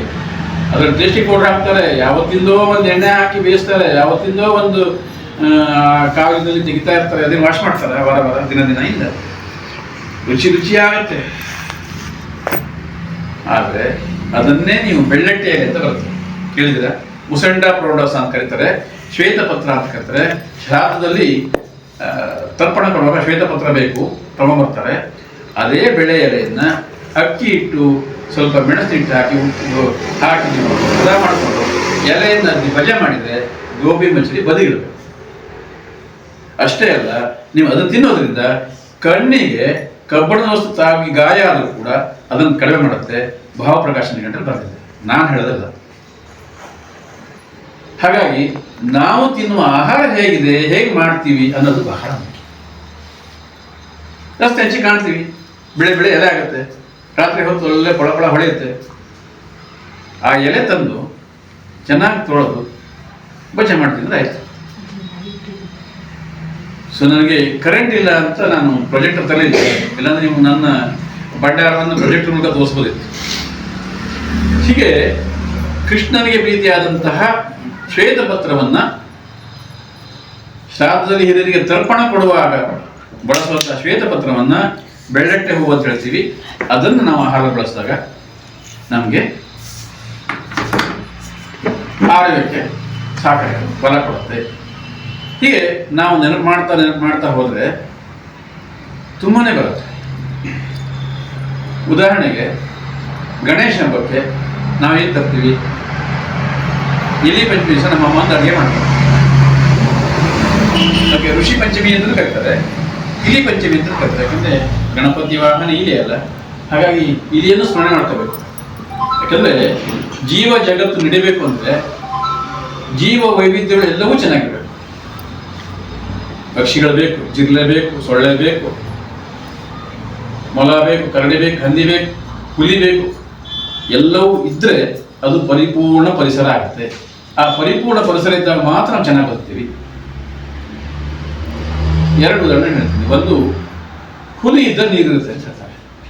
ಯಾಕೆ ಅಂದರೆ ಹುಲಿ ತನ್ನ ಜೀವನ ಮಾಡುವಾಗ 10 ಎಕರೆ ಜಾಗವನ್ನು ತನ್ನ ಪ್ರದೇಶವನ್ನು ಮಾಡ್ಕೊಳ್ಳುತ್ತೆ. ಹುಲಿ ಏನು ತಿನ್ನುತ್ತೆ? ಜಿಂಕೆ ತಿನ್ನುತ್ತೆ. ಜಿಂಕೆ ಏನು ತಿನ್ನುತ್ತೆ? ಹುಲ್ಲು ತಿನ್ನುತ್ತೆ. ಹುಲ್ಲಲ್ಲಿರುತ್ತೆ, ನೀರಿದ್ದಲ್ಲಿರುತ್ತೆ. ಹಾಗಾಗಿ ಹುಲಿ ಇದ್ದ ನೀರಿರುತ್ತೆ. ಹಾಗಾಗಿ ಒಂದು ಹುಲಿ ಇದ್ರೆ ಆ ಕಾಡು ಪರಿಪೂರ್ಣವಾದ ಕಾಡು ಅಂತ. ಹುಲಿ ಇರಬೇಕು, ಶುದ್ಧವಾದ ನೀರಿರುತ್ತೆ, ಈಗ ಹಿಡಿದ್ರೆ ಮುಖ ಕಾಣುತ್ತೆ. ಹಾಗಾಗಿ ನಾವು ಪ್ರತಿಯೊಂದು ಜೀವ ವೈದ್ಯನ ಸ್ಮರಣೆ ಮಾಡ್ಕೊಳ್ಳೋದಕ್ಕೋಸ್ಕರ ಇಲಿ ವಾಹನ, ಕಾಗೆ ವಾಹನ, ಗರುಡ ವಾಹನ ಎಲ್ಲವನ್ನು ದಿವಸ ಭಜನೆ ಹೇಳ್ತೀವಿ. ಅದಿರಬೇಕು. ಅದು ಮನೆ ಹತ್ರ ಬಂದ ಒಡೆದು ಸಾಧ್ತೀವಿ. ಹಾವು ನಾಗರ ಬಂದ್ಬಿಡ್ತು, ಅವ್ನು ಕರಿಯೋ ಹುಲಿಕರ ಪ್ರಶಾಂತ್ ಕರಿಯೋ ಅಂತ. ಅದು ಪಾಡಿ ಅದು ಬಂದು ಹೋಗುತ್ತೆ. ಅದು ಏನು ಮಾಡುತ್ತೆ? ಅದಕ್ಕೆ ಏಟು ಬಿದ್ದಾಗ ಅಷ್ಟೇ ನಮ್ಗೆ ಕಚ್ಚಕ್ಕಾಗುತ್ತೆ. ಇವೆಲ್ಲವನ್ನು ಯಾಕೆ ಸ್ಮರಣೆ ಮಾಡ್ತಾರೆ ಅಂದರೆ ಇವೆಲ್ಲವೂ ಇದ್ದಾಗ ನಮ್ಮ ಜೀವನ ಅಂತ ನಮ್ಗೆ ತೋರಿಸ್ಕೊಡ್ತಾರೆ. ಹಾಗೆಯೇ ಇಲಿ ಪಂಚಮಿಗೆ ನಾವು ಮುಂಚಿನ ದಿವಸ ಗಣಪತಿ ಹಬ್ಬದ ದಿವಸ ಏನು ಕಜ್ಜಾಯ, ಕಡುಬು, ಮೋದಕ, ಎಳ್ಳುಂಡೆ ಏನೆಲ್ಲ ಮಾಡಿರ್ತೀವಿ, 108 ಕಜ್ಜಾಯ ಅಂತ ಹೇಳ್ತೀವಿ, ಅದು ತಿಂದಿರ್ತೀವಿ. ಮಾರನೇ ದಿವಸ ಜೀರ್ಣ ಆಗತ್ತಾ? ಎಷ್ಟೇ ಮಷಿನ್ ಪವರ್ ಇದ್ರೂ ಕೂಡ ಜೀರ್ಣ ಆಗಲ್ಲ, ಸ್ವೀಟ್ ಅಲ್ವಾ? ಹಾಗಾಗಿ ಮಾರನೇ ದಿನ ಒಂದು ಪದ್ಧತಿ ಇಟ್ಟಿದ್ದಾರೆ ನಮ್ಮಲ್ಲಿ. ಏನಂದ್ರೆ ಇಲಿಕಿವಿ ಸೊಪ್ಪು ಅಂತಂದು ತಂಬಳಿ ಮಾಡಿ ಊಟ ಮಾಡೋದು. ಅದು ನಿಮ್ಗೆ ಎಲ್ಲವನ್ನು ಜೀರ್ಣ ಮಾಡುತ್ತೆ. ಇಲಿಕೆ ಸೊಪ್ಪು ಬೇರೆ, ಒಂದಿಗೆ ಅದು ಮಂಡಕ್ಕೆ ಬರುತ್ತೆ. ಹೀಗೆ ನಮಗೆ ತಿನ್ನುವಂಥ ಆಹಾರದಲ್ಲಿ ಹೇಗೆ ಜೋಡಿಸಿದ್ದಾರೆ ಅಂದರೆ ಋತುವಿನಲ್ಲಿ ಯಾವ ಹಬ್ಬ ಬರುತ್ತೆ ಅದಕ್ಕೆ ಅಡುಗೆ ಮಾಡ್ತೀವಿ. ನೀವು ಹಾಗೆ ತಿನ್ನು ಅಂದರೆ ಶಾಸ್ತ್ರ ಎಲ್ಲ ತಿಳ್ಕೊಂಡಿರೋದು. ಇಲ್ಲಿ ಸ್ವಲ್ಪ ತಿರುವಳಿ ಮಾಡೋದು, ಯಾರು ಮಾಡ್ತಾರದನ್ನ ರುಚಿನೇ ಇರಲಿಲ್ಲ, ಹಿಂಗಾಗುತ್ತೆ. ಎಲ್ಲಿ ಶ್ರದ್ಧೆ ಬರುತ್ತೋ ಅಲ್ಲಿ ನಮ್ಮ ಆಹಾರ ಪದ್ಧತಿ ಜೋಡಿಸ್ತೀವಿ. ಹಾಗಾಗಿ ಪ್ರತಿಯೊಂದಕ್ಕೂ ನಮ್ಮ ಶ್ರದ್ಧೆ ವಿನಃ ನಮ್ಮ ಕೆಲಸ ಆಗೋದಿಲ್ಲ. ನಾವು ಮಾಡೋ ಕೆಲಸ ಶ್ರದ್ಧೆ ಇದ್ರೆ ಮಾತ್ರ, ಆಹಾರ ಇರ್ಬೋದು, ವ್ಯವಹಾರ ಇರ್ಬೋದು, ಅಧ್ಯಯನ ಇರ್ಬೋದು, ಶ್ರದ್ಧೆ ಇದ್ರೆ ಮಾತ್ರ ನಮಗೆ ಸಾಧ್ಯ ಇದೆ. ಇವತ್ತು ಒಂದು ಮಾತು ಹೇಳ್ತೀನಿ, ನೀವು ಕ್ಷಮಿಸ್ಬೇಕು ನನಗೆ ಶ್ರದ್ಧೆ ಇದೆ, ನಾನು ಈ ಭೂಮಿ ತಾಯಿ ಕೆಲಸ ಮಾಡಬೇಕು ನಿಶ್ಚಯ ಮಾಡಿದ್ದೀನಿ. ನನ್ನ ಅಂತಿಮ ಕ್ಷಣದವರೆಗೂ ಕೂಡ ಈ ಭೂಮಿ ತಾಯಿ ಸೇವೆ ಮಾಡಬೇಕು ಅಂತ ನಿಶ್ಚಯ ಮಾಡ್ಬಿಟ್ಟಿದ್ದೀನಿ. ನನಗೆ ದುಡ್ಡು ಬರುತ್ತೋ ಇಲ್ವೋ ಗೊತ್ತಿಲ್ಲ, ಆದರೆ ಬಂದದ್ರಲ್ಲೇ ತೃಪ್ತಿ ಪಟ್ಕೊಂಡು ಭೂಮಿ ತಾಯಿಗೋಸ್ಕರ ಕೆಲಸ ಮಾಡ್ತೀನಿ. ಕಳೆದ 30 ವರ್ಷಗಳನ್ನು ಪಾಲಿಸ್ಕೊಂಡು ಬಂದಿದ್ದೀನಿ. ಇನ್ನು 10 ವರ್ಷ ಬದುಕ್ತೀನಿ ಗೊತ್ತಿಲ್ಲ, ಅಷ್ಟು ವರ್ಷ ನಾನು ಪಾಲಿಸ್ತೀನಿ. ಆದರೆ ಉಮಾಪತಿ ಭಟ್ ಮೇಲೆ ಬಂದರೆ ನಮ್ಮ ಹೆಸರು ಕೆಳಗೆ ಬರ್ಬೋದು, ನಾವು ಕೆಳಗೆ ಹೋಗ್ಬಿಡ್ಬೋದು ಅನ್ನುವಂಥ ಕೆಲವು ಪರಿಸರ ಕಾರ್ಯಕರ್ತರು ಗುರುತಿಸೋದು, ನಮ್ಮನ್ನು ತುಳಿಯೋ ಪ್ರಯತ್ನ ಮಾಡ್ತಾರೆ, ತುಳಿತಾರೆ, ತೊಂದರೆ ಕೊಡ್ತಾರೆ. ಅದಕ್ಕೆ ಯಾವುದಕ್ಕೂ ಅನಿವಾರ್ಯ. ನಮ್ಮ ಶ್ರದ್ಧೆ ರಾಗಣ್ಣ ಕರೆದು ಹೋಗಿ ಮಾತಾಡೋದು, ನಮ್ಮ ಹತ್ರ 5 ಜನ ತಿಳಿಸು. ಮೊನ್ನೆ ರಾಯಚೂರಿನಲ್ಲಿ 5 ಸ್ಕೂಲು, IMA, ಒಂದು ಈಶ್ವರ ವಿದ್ಯಾಲಯ, ಇಷ್ಟು ಕಡೆ ನನ್ನ ಕರೆದಿದ್ದು. 5 ದಿನ ಇದ್ದೆ ರಾಯಚೂರಿನಲ್ಲಿ. ಎಲ್ಲ ಕಡೆಯಲ್ಲಿ ಈಶ್ವರ ವಿದ್ಯಾಲಯ ಶಿವನ ಬಗ್ಗೆ ಹೇಳಬೇಕು ಅಂತ 1.5 ಗಂಟೆ ಶಿವ ಮತ್ತು ಪರಿಸರ ಅದ್ರ ಬಗ್ಗೆ ಅಂದರೆ ನಮ್ಮಲ್ಲಿ ಶ್ರದ್ಧೆ ಇದ್ದರೆ ನಮಗೆ ಜ್ಞಾನನೂ ಬರುತ್ತೆ, ಹಣನೂ ಬರುತ್ತೆ. ಹಾಗಾಗಿ ಅಡುಗೆ ಮಾಡುವಾಗ, ಊಟ ಮಾಡುವಾಗ ಶ್ರದ್ಧೆಯಿಂದ ಮಾಡಿದಾಗ ಆ ಗುಣ ಇದೆಯಲ್ಲ, ನಿಮ್ಮ ಮನಸ್ಸಿನಲ್ಲಿ ಏನು ಯೋಚನೆ ಮಾಡಿ ಅಡುಗೆ ಮಾಡ್ತಾರಲ್ಲ ಅದ್ರಲ್ಲಿ ಬರುತ್ತೆ. ನಾನು ಸೀರೆ ಕೊಡು ಅಂತ ಹೇಳಿದ್ರೆ ತರಲಿಲ್ಲ, ಬಂಗಾರ ಕೊಡು ಅಂತ ತರಲಿಲ್ಲ, ಏನು ಮಾಡೋದು ನಾವು, ಎಲ್ಲ ಹಿಂಗೆ ಆಯಿತು, ದುಡ್ಡು ಸಾಕಾಯ್ತು ನನಗೆ, ಏನಿಲ್ಲ. ಆದರೆ ಅದು ಈಡೇರೋದೇ ಇಲ್ಲ. ನೀವು ಶ್ರದ್ಧೆಯಿಂದ ಅಡುಗೆ ಮಾಡಿ ಕಳಿಸಿ, ಗಂಡನಿಗೆ ಪ್ರೀತಿಯಿಂದ ಕೊಡಿ, ಆಗ ಅವನಿಗೆ ಇಷ್ಟೆಲ್ಲ ಶ್ರಮ ಪಡ್ತಾರಲ್ಲ ಮನೆಯಲ್ಲಿ, ಏನಾದ್ರು ಒಂದು ಕೊಡಬೇಕು ಅಂತ ಮತ್ತೆ ಬಂದೇ ಬರುತ್ತೆ. ಸಾತ್ವಿಕ ಆಹಾರ ಹೊಟ್ಟೆ ಹೋದಾಗ ಅದು ಕೆಲಸ ಮಾಡೇ ಮಾಡಿ. ಹಾಗಾಗಿ ಹಸಿರು ಆಹಾರ ಅಂದರೆ ಸಾತ್ವಿಕ ಆಹಾರ, ಇದು ಬಹಳ ಮುಖ್ಯವಾದ ನಮ್ಮಲ್ಲಿ. ಹಾಗಾಗಿ ಇಲಿ ಕಿವಿ ಸೊಪ್ಪನ್ನು ತಂಬಳಿ ಮಾಡ್ಬೇಕು. ನಿಮಗೆ ಜನ್ನು ಅಂತ ಗೊತ್ತಿರಲಿಲ್ಲ, TSS ರೋಡಲ್ಲಿ ಕಪಾಟ ಎಲ್ಲ ಮಾರಾಟ ಮಾಡ್ತಾರೆ. ಅವ್ರದ್ದೊಂದು ಫರ್ನಿಚರ್ ಅಂಗಡಿ ಇದೆ. ಆ ಅಕ್ಕನ ಹತ್ರ ಸುಮ್ಮನೆ ಕೂತ್ಕೊಂಡು ಚರ್ಚೆ ಮಾಡ್ತಿರುವಾಗ ಅವ್ರ ಅಪ್ಪನ ಮನೆಯದು, ಅವ್ರ ಅಜ್ಜಿ ಮನೆಯದು ಎಲ್ಲ ಕಾಣ್ತಾ ಹೋದ. ಆಗ ನಾವು ಮೂರು ಏಕಾದಶಿ ವ್ರತ ಮಾಡ್ತೀವಿ. ಪ್ರಥಮ ಏಕಾದಶಿ, ವೈಕುಂಠ ಏಕಾದಶಿ, ಇನ್ನೊಂದು ಯಾವುದೋ ಹೇಳ್ತೀವಿ. 3 ಏಕಾದಶಿ ಮಾಡ್ತೀವಿ. ಏಕಾದಶಿ ಉಪವಾಸ ಮಾಡಿದ ಮಾರನೇ ದಿನ ನೆಲ್ಲಿಕಾಯಿ ಚಟ್ನಿ ಮಾಡಲೇಬೇಕು ಅಂತ.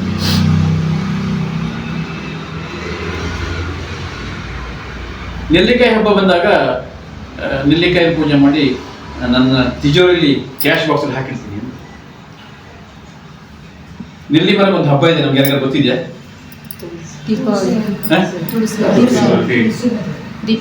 ತುಳಸಿ ಆಯ್ತು.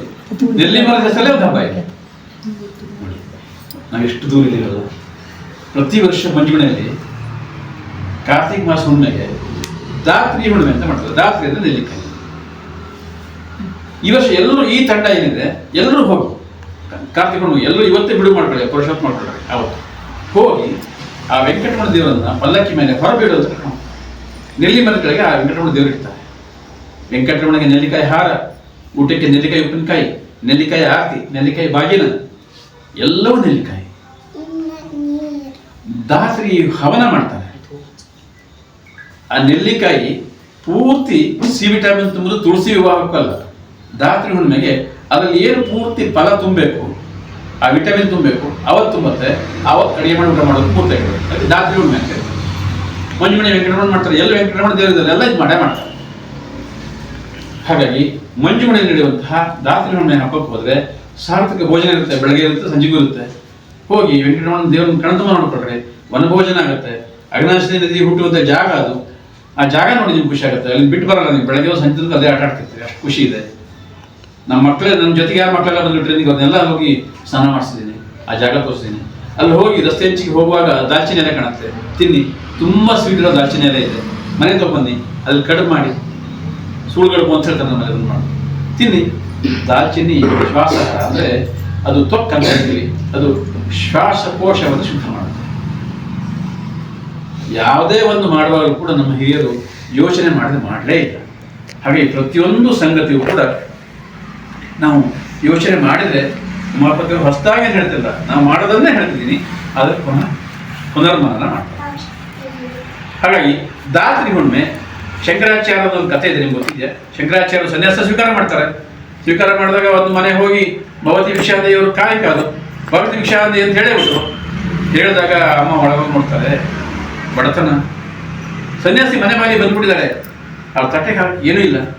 ಆಮೇಲೆ ಹರಗೆ ಮೇಲೆ ಒಂದು ಪ್ಲೇಟಲ್ಲಿ ಒಂದು ಒಣಗಿದ ಕಾಯಿ, ಆ ಒಣಗಿದ ಕಾಯನ್ನು ಅವರು ಹೊರಗಡೆ ತಂದು ಆ ಶಂಕರಾಚಾರ್ಯರ ತಟ್ಟೆಗೆ ಹಾಕಿದಾಗ ಶಂಕರಾಚಾರ್ಯಗೆ ಅರ್ಥ ಆಯಿತು. ಅರ್ಥ ಆದ ತಕ್ಷಣ ನಿಂತಲ್ಲೇ ಒಂದು ಶ್ಲೋಕ ರಚನೆ ಮಾಡಿದ್ರು. ಯಾವುದದು? ಕನಕದ ರಥೋತ್ಸವ. ಆ ನೆಲ್ಲಿಕಾಯಿ ಬಂಗಾರ ಆಯಿತು, ಆ ತಾಯಿಯ ಬಡತನ ಹೋಯಿತು ಅಂತ. ಏನೇ ಇರಲಿ, ಆ ನೆಲ್ಲಿಕಾಯಿ ಆಹಾರ ಇದೆಯಲ್ಲ, ಅದು ಕಳೆದು ಹೋದ ಯೌವನವನ್ನು ಮರಳಿ ಕೊಡುವಂಥ ಶಕ್ತಿ ನೆಲ್ಲಿಕಾಯಿ. ನಂಗೆ ಇವತ್ತಿಗೂ ನೆನಪಿದೆ, ನಮ್ಮಲ್ಲಿ ಮಳೆಗಾಲದಲ್ಲಿ ನೆಲ್ಲಿ ಹಿಂಡಿದೆ ಅಡುಗೆ ನಮ್ಮಮ್ಮ ಮಾಡ್ತಿದ್ರು. ನೆಲ್ಲಿ ಹಿಂಡಿ ಒಂದು ಚಮಚ ಹಾಕಿದ್ರು, ಒಂದು ಒಗ್ಗರಣೆ ಕೊಟ್ಟರು, ಸ್ವಲ್ಪ ಕಡಲ ಮೆಣಸಿಗೆ ಹಾಕಿದ್ರು, ಆಯ್ತು ನೆಲ್ಲಿಕಾಯಿ ಉಜ್ಗಾತ್ರ ಊಟಕ್ಕೆ. ಅಂದರೆ ಗುಣವನ್ನು ಅರಿತ ಹಿರಿಯರು ಆಹಾರದಲ್ಲಿ ಬಳಸಿ ನಮ್ಮನ್ನು ಗಟ್ಟಿತನ ಉಳಿಸಿದ್ರು. ಇವತ್ತು ನಮಗದು ನಮ್ಮ ಮಕ್ಕಳು ಗಟ್ಟಿತನ ಉಳಿಸೋದು ನಮ್ಮ ಹತ್ರ ಆಗ್ತಾನೇ ಇಲ್ಲ. ಸೊ ಇದು ಬಹಳ ಮುಖ್ಯವಾದ. ನೆಲ್ಲಿಕಾಯಿ ಬಂಗಾರ ಕಥೆ ಏನೇ ಇರ್ಬೋದು, ಶಂಕರಾಚಾರ್ಯ ಕನಕದಾಸ ಸ್ತೋತ್ರ ರಚನೆ ಮಾಡಿದಿರ್ಬೋದು, ಆದರೆ ಇಲ್ಲಿ ಮಹತ್ವದ್ದು ನೆಲ್ಲಿಕಾಯಿ. ಚ್ಯವನ ಋಷಿಗಳ ಕಥೆ ನಾವು ಕೇಳಿದ್ದೀವಿ. ತನ್ನ ಮುಪ್ಪನ್ನು ತಡೆಗಟ್ಟಲಿಕ್ಕೆ ಏನು ತಯಾರು ಮಾಡಿದ್ರು ಅವರು? ಚ್ಯವನಪ್ರಾಶ್. ನೆಲ್ಲಿಕಾಯಿ ಮುಖ್ಯ ರಾ ಮೆಟೀರಿಯಲ್, ಕಚ್ಚಾ ವಸ್ತು. ಅದ್ರ ಜೊತೆಗೆ 14 ಬರುತ್ತೆ. ಅದನ್ನೆಲ್ಲ ಹಾಕಿ ಲೇಹ ಮಾಡಿ ತಿಂದಾಗ, ಪ್ರತಿನಿತ್ಯ ರಾತ್ರಿ ಮರುಗ್ ಮುಂಚೆ 1 ಚಮಚ ಹಾಲಿನ ಜೊತೆ ತೆಗೆದುಕೊಂಡಾಗ ಕಳೆದು ಹೋದ ಯೌವನ ಮತ್ತೆ ಪುನಃ ಬರುತ್ತೆ. ಅಂದ್ರೆ ಮತ್ತೆ ಮದುವೆ ಆಗ್ತದಂತಲ್ಲ, ಆ ಯೌವನ ಅಂದ್ರೆ ನಮಗೆ ಆಯುಷ್ ಜಾಸ್ತಿ ಆಗುತ್ತೆ, ನಮ್ಮ ಶಕ್ತಿ ತಾಜತನ ಉಳ್ಕೊಳ್ಳುತ್ತೆ. ಸೊ ಹಾಗಾಗಿ ನೆಲ್ಲಿಕಾಯಿ ಚ್ಯವನಪ್ರಾಶಲ್ಲಿ ಮುಖ್ಯ ಕಚ್ಚಾ ವಸ್ತು. ನೆಲ್ಲಿಕಾಯಿಗೆ ಒಂದು ಮರದ ಹಬ್ಬ ಇದೆ. ನೆಲ್ಲಿಕಾಯಿಯನ್ನು ನಾವು ಅಡುಗೆಯಲ್ಲಿ ಬಳಸಬೇಕು, ಆಹಾರದಲ್ಲಿ ಬಳಸಬೇಕು, ಜ್ಯೂಸಲ್ಲಿ ಬಳಸಬೇಕು, ಚಟ್ನಿಯಲ್ಲಿ ಬಳಸಬೇಕು, ತಂಬಳಲ್ಲಿ ಮಾಡಬೇಕು. ಸೊ ಈ ಎಲ್ಲ ಕ್ರಮದಲ್ಲಿ ನಾವು ಆಹಾರವನ್ನು ತೆಗೆದುಕೊಂಡಾಗ ನೆಲ್ಲಿಕಾಯಿನ ನಮಗೆ ಬೇಕಾದಂತಹ ಸಿ ವಿಟಮಿನ್. ಹೆಣ್ಮಕ್ಳಿಗೆ ಹೇಳಬೇಕು ಅಂದರೆ ಎಲ್ಲ ಖುಷಿಯಿಂದ ಕೇಳ್ತೀವಿ, ನೆಲ್ಲಿಕಾಯಿ ಹೆಣ್ಮಕ್ಳಿಗೆ ಹೆಂಗೆ ಪ್ರೀತಿ ಅಂತಂದರೆ ಭೃಂಗಾಮಲಕ ತೈಲ ಅಂತ ಹೇಳ್ತೀವಿ. ಭೃಂಗ ಅಂದರೆ ಭೃಂಗರಾಜ, ಆಮಲಕ ಅಂದರೆ ನೆಲ್ಲಿಕಾಯಿ, ಬ್ರಾಹ್ಮಿ. ಈ ಮೂರನ್ನು ಸೇರಿಸಿ, ಸಮ ಪ್ರಮಾಣದಲ್ಲಿ ಸೇರಿಸಿ, 1 ಲೋಟ ರಸ ತೆಗೆದು 1 ಲೋಟ ಎಳ್ಳೆಣ್ಣೆನೋ ಅಥವಾ ಕೊಬ್ಬರಿ ಎಣ್ಣೆನೋ ಹಾಕಿ ಕುದಿಸಿ, ನೀರು ಆರೋ ತನಕ ಕುದಿಸಿದ್ರೆ ಅದು ತೈಲ ಆಗುತ್ತೆ. ನಿತ್ಯ ಹಾಕಿ ಅದಕ್ಕೊಂದು ಮಾವಿನ ಹಣ್ಣು ತಿಂತೀವಲ್ಲ, ಮಾವಿನ ಹಣ್ಣು ತಿಂದ್ಮೇಲೆ ಒಳಗಡೆ ಏನು ಬರುತ್ತೆ? ಗೊರಟೆ ಬರುತ್ತೆ. ಗೊರಟೆ ಒಳಗೆ ಏನಿರುತ್ತೆ ಗೊತ್ತಿಲ್ಲ ಸರ್. ಗೊರಟೆ ಒಳಗೆ ಮಾತ್ರ ಬೀಜವನ್ನ ಜಜ್ಜಿ ಈ ಮಾಡಿರೋ ಎಣ್ಣೆಗೆ ಹಾಕಿದ್ರೆ ನಮ್ಮ ಕೂದಲು ಎಷ್ಟೇ ಬೆಳಗಾಗಿರಲಿ ಅದನ್ನ ಕಪ್ಪು ಮಾಡೋ ಶಕ್ತಿ ನೆಲ್ಲಿಕಾಯಿ ಮತ್ತು ಮಾವಿನಕಾಯಿ ಬೀಜ ಮಾಡುತ್ತೆ. ಅದೇ ಮಾವಿನಕಾಯಿ ಬೀಜನ ಅರ್ಧ ಬೀಜನ ಬೀಸಿ ಕಡಮಚ್ಚಿಗೆ ಕುಡಿದ್ರೆ ಆಗ ಹೇಳಿದಾಗೆ ಮತ್ತೆ ಆಂಶಕ್ಕೆ ನಿಯಂತ್ರಣ ಮಾಡುತ್ತೆ. ಅರ್ಧ ಗಂಟೆ ನಿಮ್ಮ ಆಂಶಕ್ಕೆ ಕಂಟ್ರೋಲ್ ಬರುತ್ತೆ. ನಮ್ಮ ಹಿರಿಯರು ಒಂದು ಚೂರು ಬಿಡ್ತಿರ್ಲಿಲ್ಲ, ದಂಟು ಬಿಡ್ತಿರ್ಲಿಲ್ಲ, ಕಾಳು ಬಿಡ್ತಿರ್ಲಿಲ್ಲ, ಹೂವು ಬಿಡ್ತಿರ್ಲಿಲ್ಲ, ಎಲ್ಲವನ್ನೂ ಅಡುಗೆ ಮಾಡ್ತಿದ್ರು. ಇವತ್ತು ಪೇಟೆ ಬದುಕು, ಶಹರದ ಬದುಕು, ನಾಗರಿಕನ ಜೀವನ ಇವತ್ತು ಮೂರಾಬಟ್ಟೆ ಆಗ್ತದೆ. ಏನೇ ಇರಲಿ, ನಾವು ಎಲ್ಲೇ ವಾಸ ಮಾಡಲಿ, ನಮ್ಮ ಹಿರಿಯರು ಹಾಕೊಟ್ಟಂತಹ ಒಂದು ಆ ತಾಜಾತನವನ್ನು ಮರಿಬಾರ್ದು. ಆ ಸಂಸ್ಕೃತಿಯನ್ನು, ಊಟದ ಪದ್ಧತಿಯನ್ನು ನಾವು ಬಿಡಬಾರ್ದು. ಆಗ ಮಾತ್ರ ನಮಗೆ ನಿಜವಾಗ್ಲೂ ನಮಗೆ ಶಕ್ತಿ ಬರುತ್ತೆ. ಹಾಗಾಗಿ ಈ ಒಂದು ಆಹಾರ ಪದ್ಧತಿ ಏನಿದೆ, ನಾವು ಯೋಚನೆ ಮಾಡಿ ನಮ್ಮ ಹಿಂದಿನ ಹಿರಿಯರು ಏನು ಮಾಡ್ತಿದ್ರು. ಉದಾಹರಣೆಗೆ ನಾಗರ ಪಂಚಮಿಗೆ ಏನು ಮಾಡ್ತೀವಿ? ಪಾತ್ರೋಳಿ ಮಾಡ್ತೀವಿ. ಯಾಕೆ ಪಾತ್ರೋಳಿ ಮಾಡಬೇಕು? ಅರ್ಶಿಣದಲ್ಲಿ ಯಾಕೆ ಮಾಡಬೇಕು? ಅರ್ಶಿಣದಲ್ಲಿ ಮಾಡಬೇಕಲ್ಲ, ಶುಂಠಿ ಎಲೆಯಲ್ಲಿ ಮಾಡಬೇಕಲ್ಲ, ಬಾಳೆ ಎಲೆ ಮಾಡಬೇಕಲ್ಲ, ಯಾಕೆ ಮಾಡೋದು? ಈ ತರ್ಕ ನಮ್ಮಂತ ಬರಬೇಕು. ಈ ತರ್ಕ ಬಂದಾಗ ಮಾತ್ರ ನಮ್ದು ಗುಣ ಗೊತ್ತಾಗ್ತದೆ. ಸಿಹಿ ಜೊತೆಗೆ ಆಂಟಿಬಯೋಟಿಕ್ ಅರಶಿನ ಸೇರಿದಾಗ, ಅದು ಹೊಟ್ಟೆಗೆ ಹೋದಾಗ ನಮ್ಗೇನು ಕೊಡುತ್ತೆ? ರೋಗ ನಿರೋಧಕ ಶಕ್ತಿಯನ್ನು ಕೊಡುತ್ತೆ. ಅದಕ್ಕೋಸ್ಕರ ಯಾವ ಕಾಲಕ್ಕೆ ಏನು ತೊಂದರೆ ಆಗುತ್ತೆ ಅದಕ್ಕೆ ಆಹಾರ ಜೋಡಿಸಿದ್ರೆ ನಿಮಗೆ. ಪಾರ್ವತಿ ದೇವಿಗೆ ಎಷ್ಟು ಸ್ವಲ್ಪ ಕರ್ಕಳಿ ಮಾಡಿದ್ರು, ಪಾತವಾಡಿ ಮಾಡಿದ್ರು, ಆಮೇಲೆ ದೀಪಾವಳಿ ಬಂದರೆ ಗಾಡಿ ಉಂಟು ನನಗೆ. ಗೋವೆ ಕೈ ಕಾಳು ಮಾಡಿದ್ರು, ಅದನ್ನ ಚೌಳಿ ಮಾಡಲ್ಲ, ಕುಂಬಳಕಾಯಿ ಕಡೋದನ್ನ. ಈ ತರ್ಕ, ಈ ಒಂದು ವಿಚಾರ ಮಂಥನ ನಮ್ಮ ತಲೆಯಲ್ಲಿ ಬಂದರೆ ನಮ್ಮ ಹಿರಿಯರು ಹಾಕ್ಬಿಟ್ಟಂಥ ಆಹಾರ ಪದ್ಧತಿ ಇದೆಯಲ್ಲ 100% ಸೈಂಟಿಫಿಕ್, 100% ಸೈಂಟಿಫಿಕ್. ಇದು ಬಹಳ ಮುಖ್ಯ.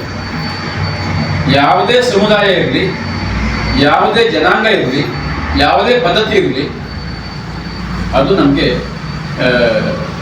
ಆ ಹಿರಿಯರು ಹಾಕಿದಂಥ ಪದ್ಧತಿ ಇದೆಯಲ್ಲ 100ಕ್ಕೆ 100% ಸಮೀಪವಾಗಿರ್ತದೆ. ಹೀಗೆ ನಾವು ಶಿವರಾತ್ರಿ ಬಂದರೆ ಒಂದು ಪದ್ಧತಿ ಮಾಡ್ತೀವಿ, ಗಣೇಶ ಚತುರ್ಥಿ ಬಂದರೆ ಒಂದು ಹಬ್ಬ ಮಾಡ್ತೀವಿ, ಇಲಿಕೆ ಸೊಪ್ಪಿನ ತಂಬಳಿ ಮಾಡ್ತೀವಿ. ಹೀಗೆ ಆಹಾರ ಪದ್ಧತಿ ಇದೆಯಲ್ಲ, ಋತುಮಾನ ತಕ್ಕಂತೆ ಊಟ ಮಾಡೋ ಪದ್ಧತಿ, ಹಬ್ಬದ ಅಡುಗೆ. ಉದಾಹರಣೆಗೆ ನಮ್ಮಲ್ಲಿ ಭೂಮಿ ಹುಣ್ಣಿಮೆ ಅಂತ ಕರೀತಾರೆ, ಬಯಸಿನಲ್ಲಿ ಶಿಗೆ ಹುಣ್ಣಿಮೆ ಅಂತ ಕರೀತಾರೆ ಅಲ್ವಾ? ಶಿಗೆ ಹುಣ್ಣಿಮೆಗೆ ಏನು ಮಾಡ್ತಾರೆ? ಯಾರು ಇದ್ದೀರಾ? 9 ಅಡುಗೆ ಮಾಡ್ತಾರೆ.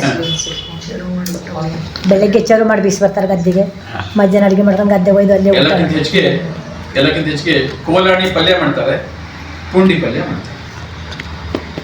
ನಮ್ಮೂರಿಗೆ ಬಂದರೆ ಅಚ್ಚಂಬರಿ ಸೊಪ್ಪು ಅಂತ ಬರ್ತದೆ, ಸೀಸಸ್ ಡಿಸ್ಕಲರ್ ಅಂತ ಹೇಳ್ತಾರೆ. ಇದು ಎಲೆ ಅಂದರೆ ಮೇಲ್ಭಾಗ ಹಸಿರಿರುತ್ತೆ, ಕೆಳಭಾಗ ಕೆಂಪಿರುತ್ತೆ, ಅದಕ್ಕೆ ಅಚ್ಚಂಬರಿ ಸೊಪ್ಪು ಅಂತ ಹೇಳ್ತಾರೆ. ತೋಟ ಪಟ್ಟಗಳಲ್ಲಿ ಹಳದಂಜಲ ಆಗುತ್ತೆ. ಅದನ್ನು ಅನ್ನ ತಂದು ಚರಗ ಮಾಡಿ ಭೂಮಿ ತಾಯಿ ಊಟ ಮಾಡ್ತಾರೆ, ಭೂಮಿ ತಾಯಿ ಬೈಕೆ ಊಟ ಮಾಡ್ತಾರೆ. ಅದನ್ನು ನಾವು ತಿಂದರೆ ವರ್ಷವಿಡೀ ನಮಗೆ ಶೀತಕ್ಕೆ ಏನು ಬರಲ್ಲ, ರಿಂಗ್ ಬರಲ್ಲ, ತದ್ದು ಬರಲ್ಲ. ಅಕಸ್ಮಾತ್ ಬಂತು ಅಂದರೆ ಆ ಅಚ್ಚಂಬರಿ ಸೊಪ್ಪಿನ ರಸ ತೆಗೆದು ನಿಂಬೆ ಸೇರಿ ಹಚ್ಚಿದರೆ 3 ದಿನ ಪಾಸ್ ಆಗುತ್ತೆ. ಇಷ್ಟು ಸರಳ ಸೂತ್ರದಲ್ಲಿ ನಮ್ಮ ಆಹಾರ ಜೊತೆಗೆ ಸೇರಿಸಿ ನಮ್ಮ ಆರೋಗ್ಯವನ್ನು ಶತಮಾನಂ ಭವತಿ ಶತಾಯು ದೀರ್ಘಾಯುಷ್ಯಮಸ್ತು, 100 ವರ್ಷ ಬದುಕು ಅಂದರೆ ಹೇಗೆ ಬದುಕಬೇಕು? ಸುಮ್ಮನೆ 100 ವರ್ಷ ಬದುಕಬೇಕಾಗತ್ತಾ? ನಾವು ವ್ರತ ಮಾಡ್ತೀವಿ, ನೇಮ ಮಾಡ್ತೀವಿ, ಆದ್ರೆ ಪ್ಯಾಟ್ ಹಾಕೊಂಡು ಪೇಟೆಗೆ ಹೋದ ತಕ್ಷಣ ಅಲ್ಲಿ ಘಮ ಘಮ ಪರಿಮಳ ಬರುತ್ತೆ. ಕೆಲವರು ತೀರ್ಥ ಸ್ವರೂಪರು ಇರ್ತಾರೆ ಅಲ್ವಾ? ಏನು 100 ವರ್ಷ ಬದುಕಬೇಕಾಗತ್ತಾ? ಆಗೋದಿಲ್ಲ.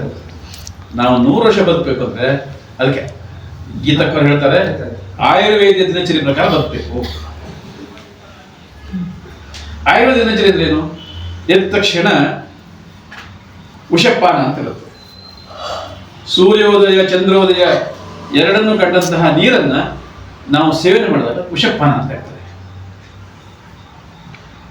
ಆ ನೀರು ಕುಡಿದಾದ್ಮೇಲೆ ಶೌಚ ಹೋದಾದ್ಮೇಲೆ ಬ್ರಷ್ ಮಾಡಬೇಕು. ನಮ್ಮ ಪೇಸ್ಟ್ನಲ್ಲಿ ಉಪ್ಪಿದೆ, ನಮ್ಮ ಪೇಸ್ಟ್ನಲ್ಲಿ ಕಲ್ಲಿದ್ದಲಿದೆ, ಕಲ್ಲಿದ್ದಲ ಇದ್ದಿಲ್ಲ ಅಂತ ಕೋಲ್ಗೇಟ್ ವಿಚಾರ ಮಾಡ್ತಾರೆ. ಇದೇ ಕೋಲ್ಗೇಟ್ ಕಂಪನಿಯವರು ಉಪ್ಪಲ್ಲಿ ಹೋಗ್ತೀರ ನಗಾಡಿದ್ರು. ಇವತ್ತು ಅವ್ರೇನು ಹೇಳ್ತಾರೆ? ನಮ್ಮ ಪೇಸ್ಟಲ್ಲಿ ಉಪ್ಪಿದೆ ಅಂತ. ಅಂದ್ರೆ ನಮ್ಮ ಹಿರಿಯರು ದಡ್ರಲ್ಲ ಅಂತ. ಕೋಲ್ಗೇಟ್ನವ್ರು ದಡ್ರು. ಯಾಕೆಂದ್ರೆ ನಾವು ಕಲ್ಲಿದ್ದಲು ಪುಡಿ, ಉಪ್ಪು, ಉಮ್ಮೆ ಹೊಟ್ಟನ್ನು ಬೂದಿ ಸೇರಿಸಿ ಹಲ್ಲುಜ್ಜುವಾಗ ನಗಾಡ್ತಾ ಇದ್ರು ಅವರು.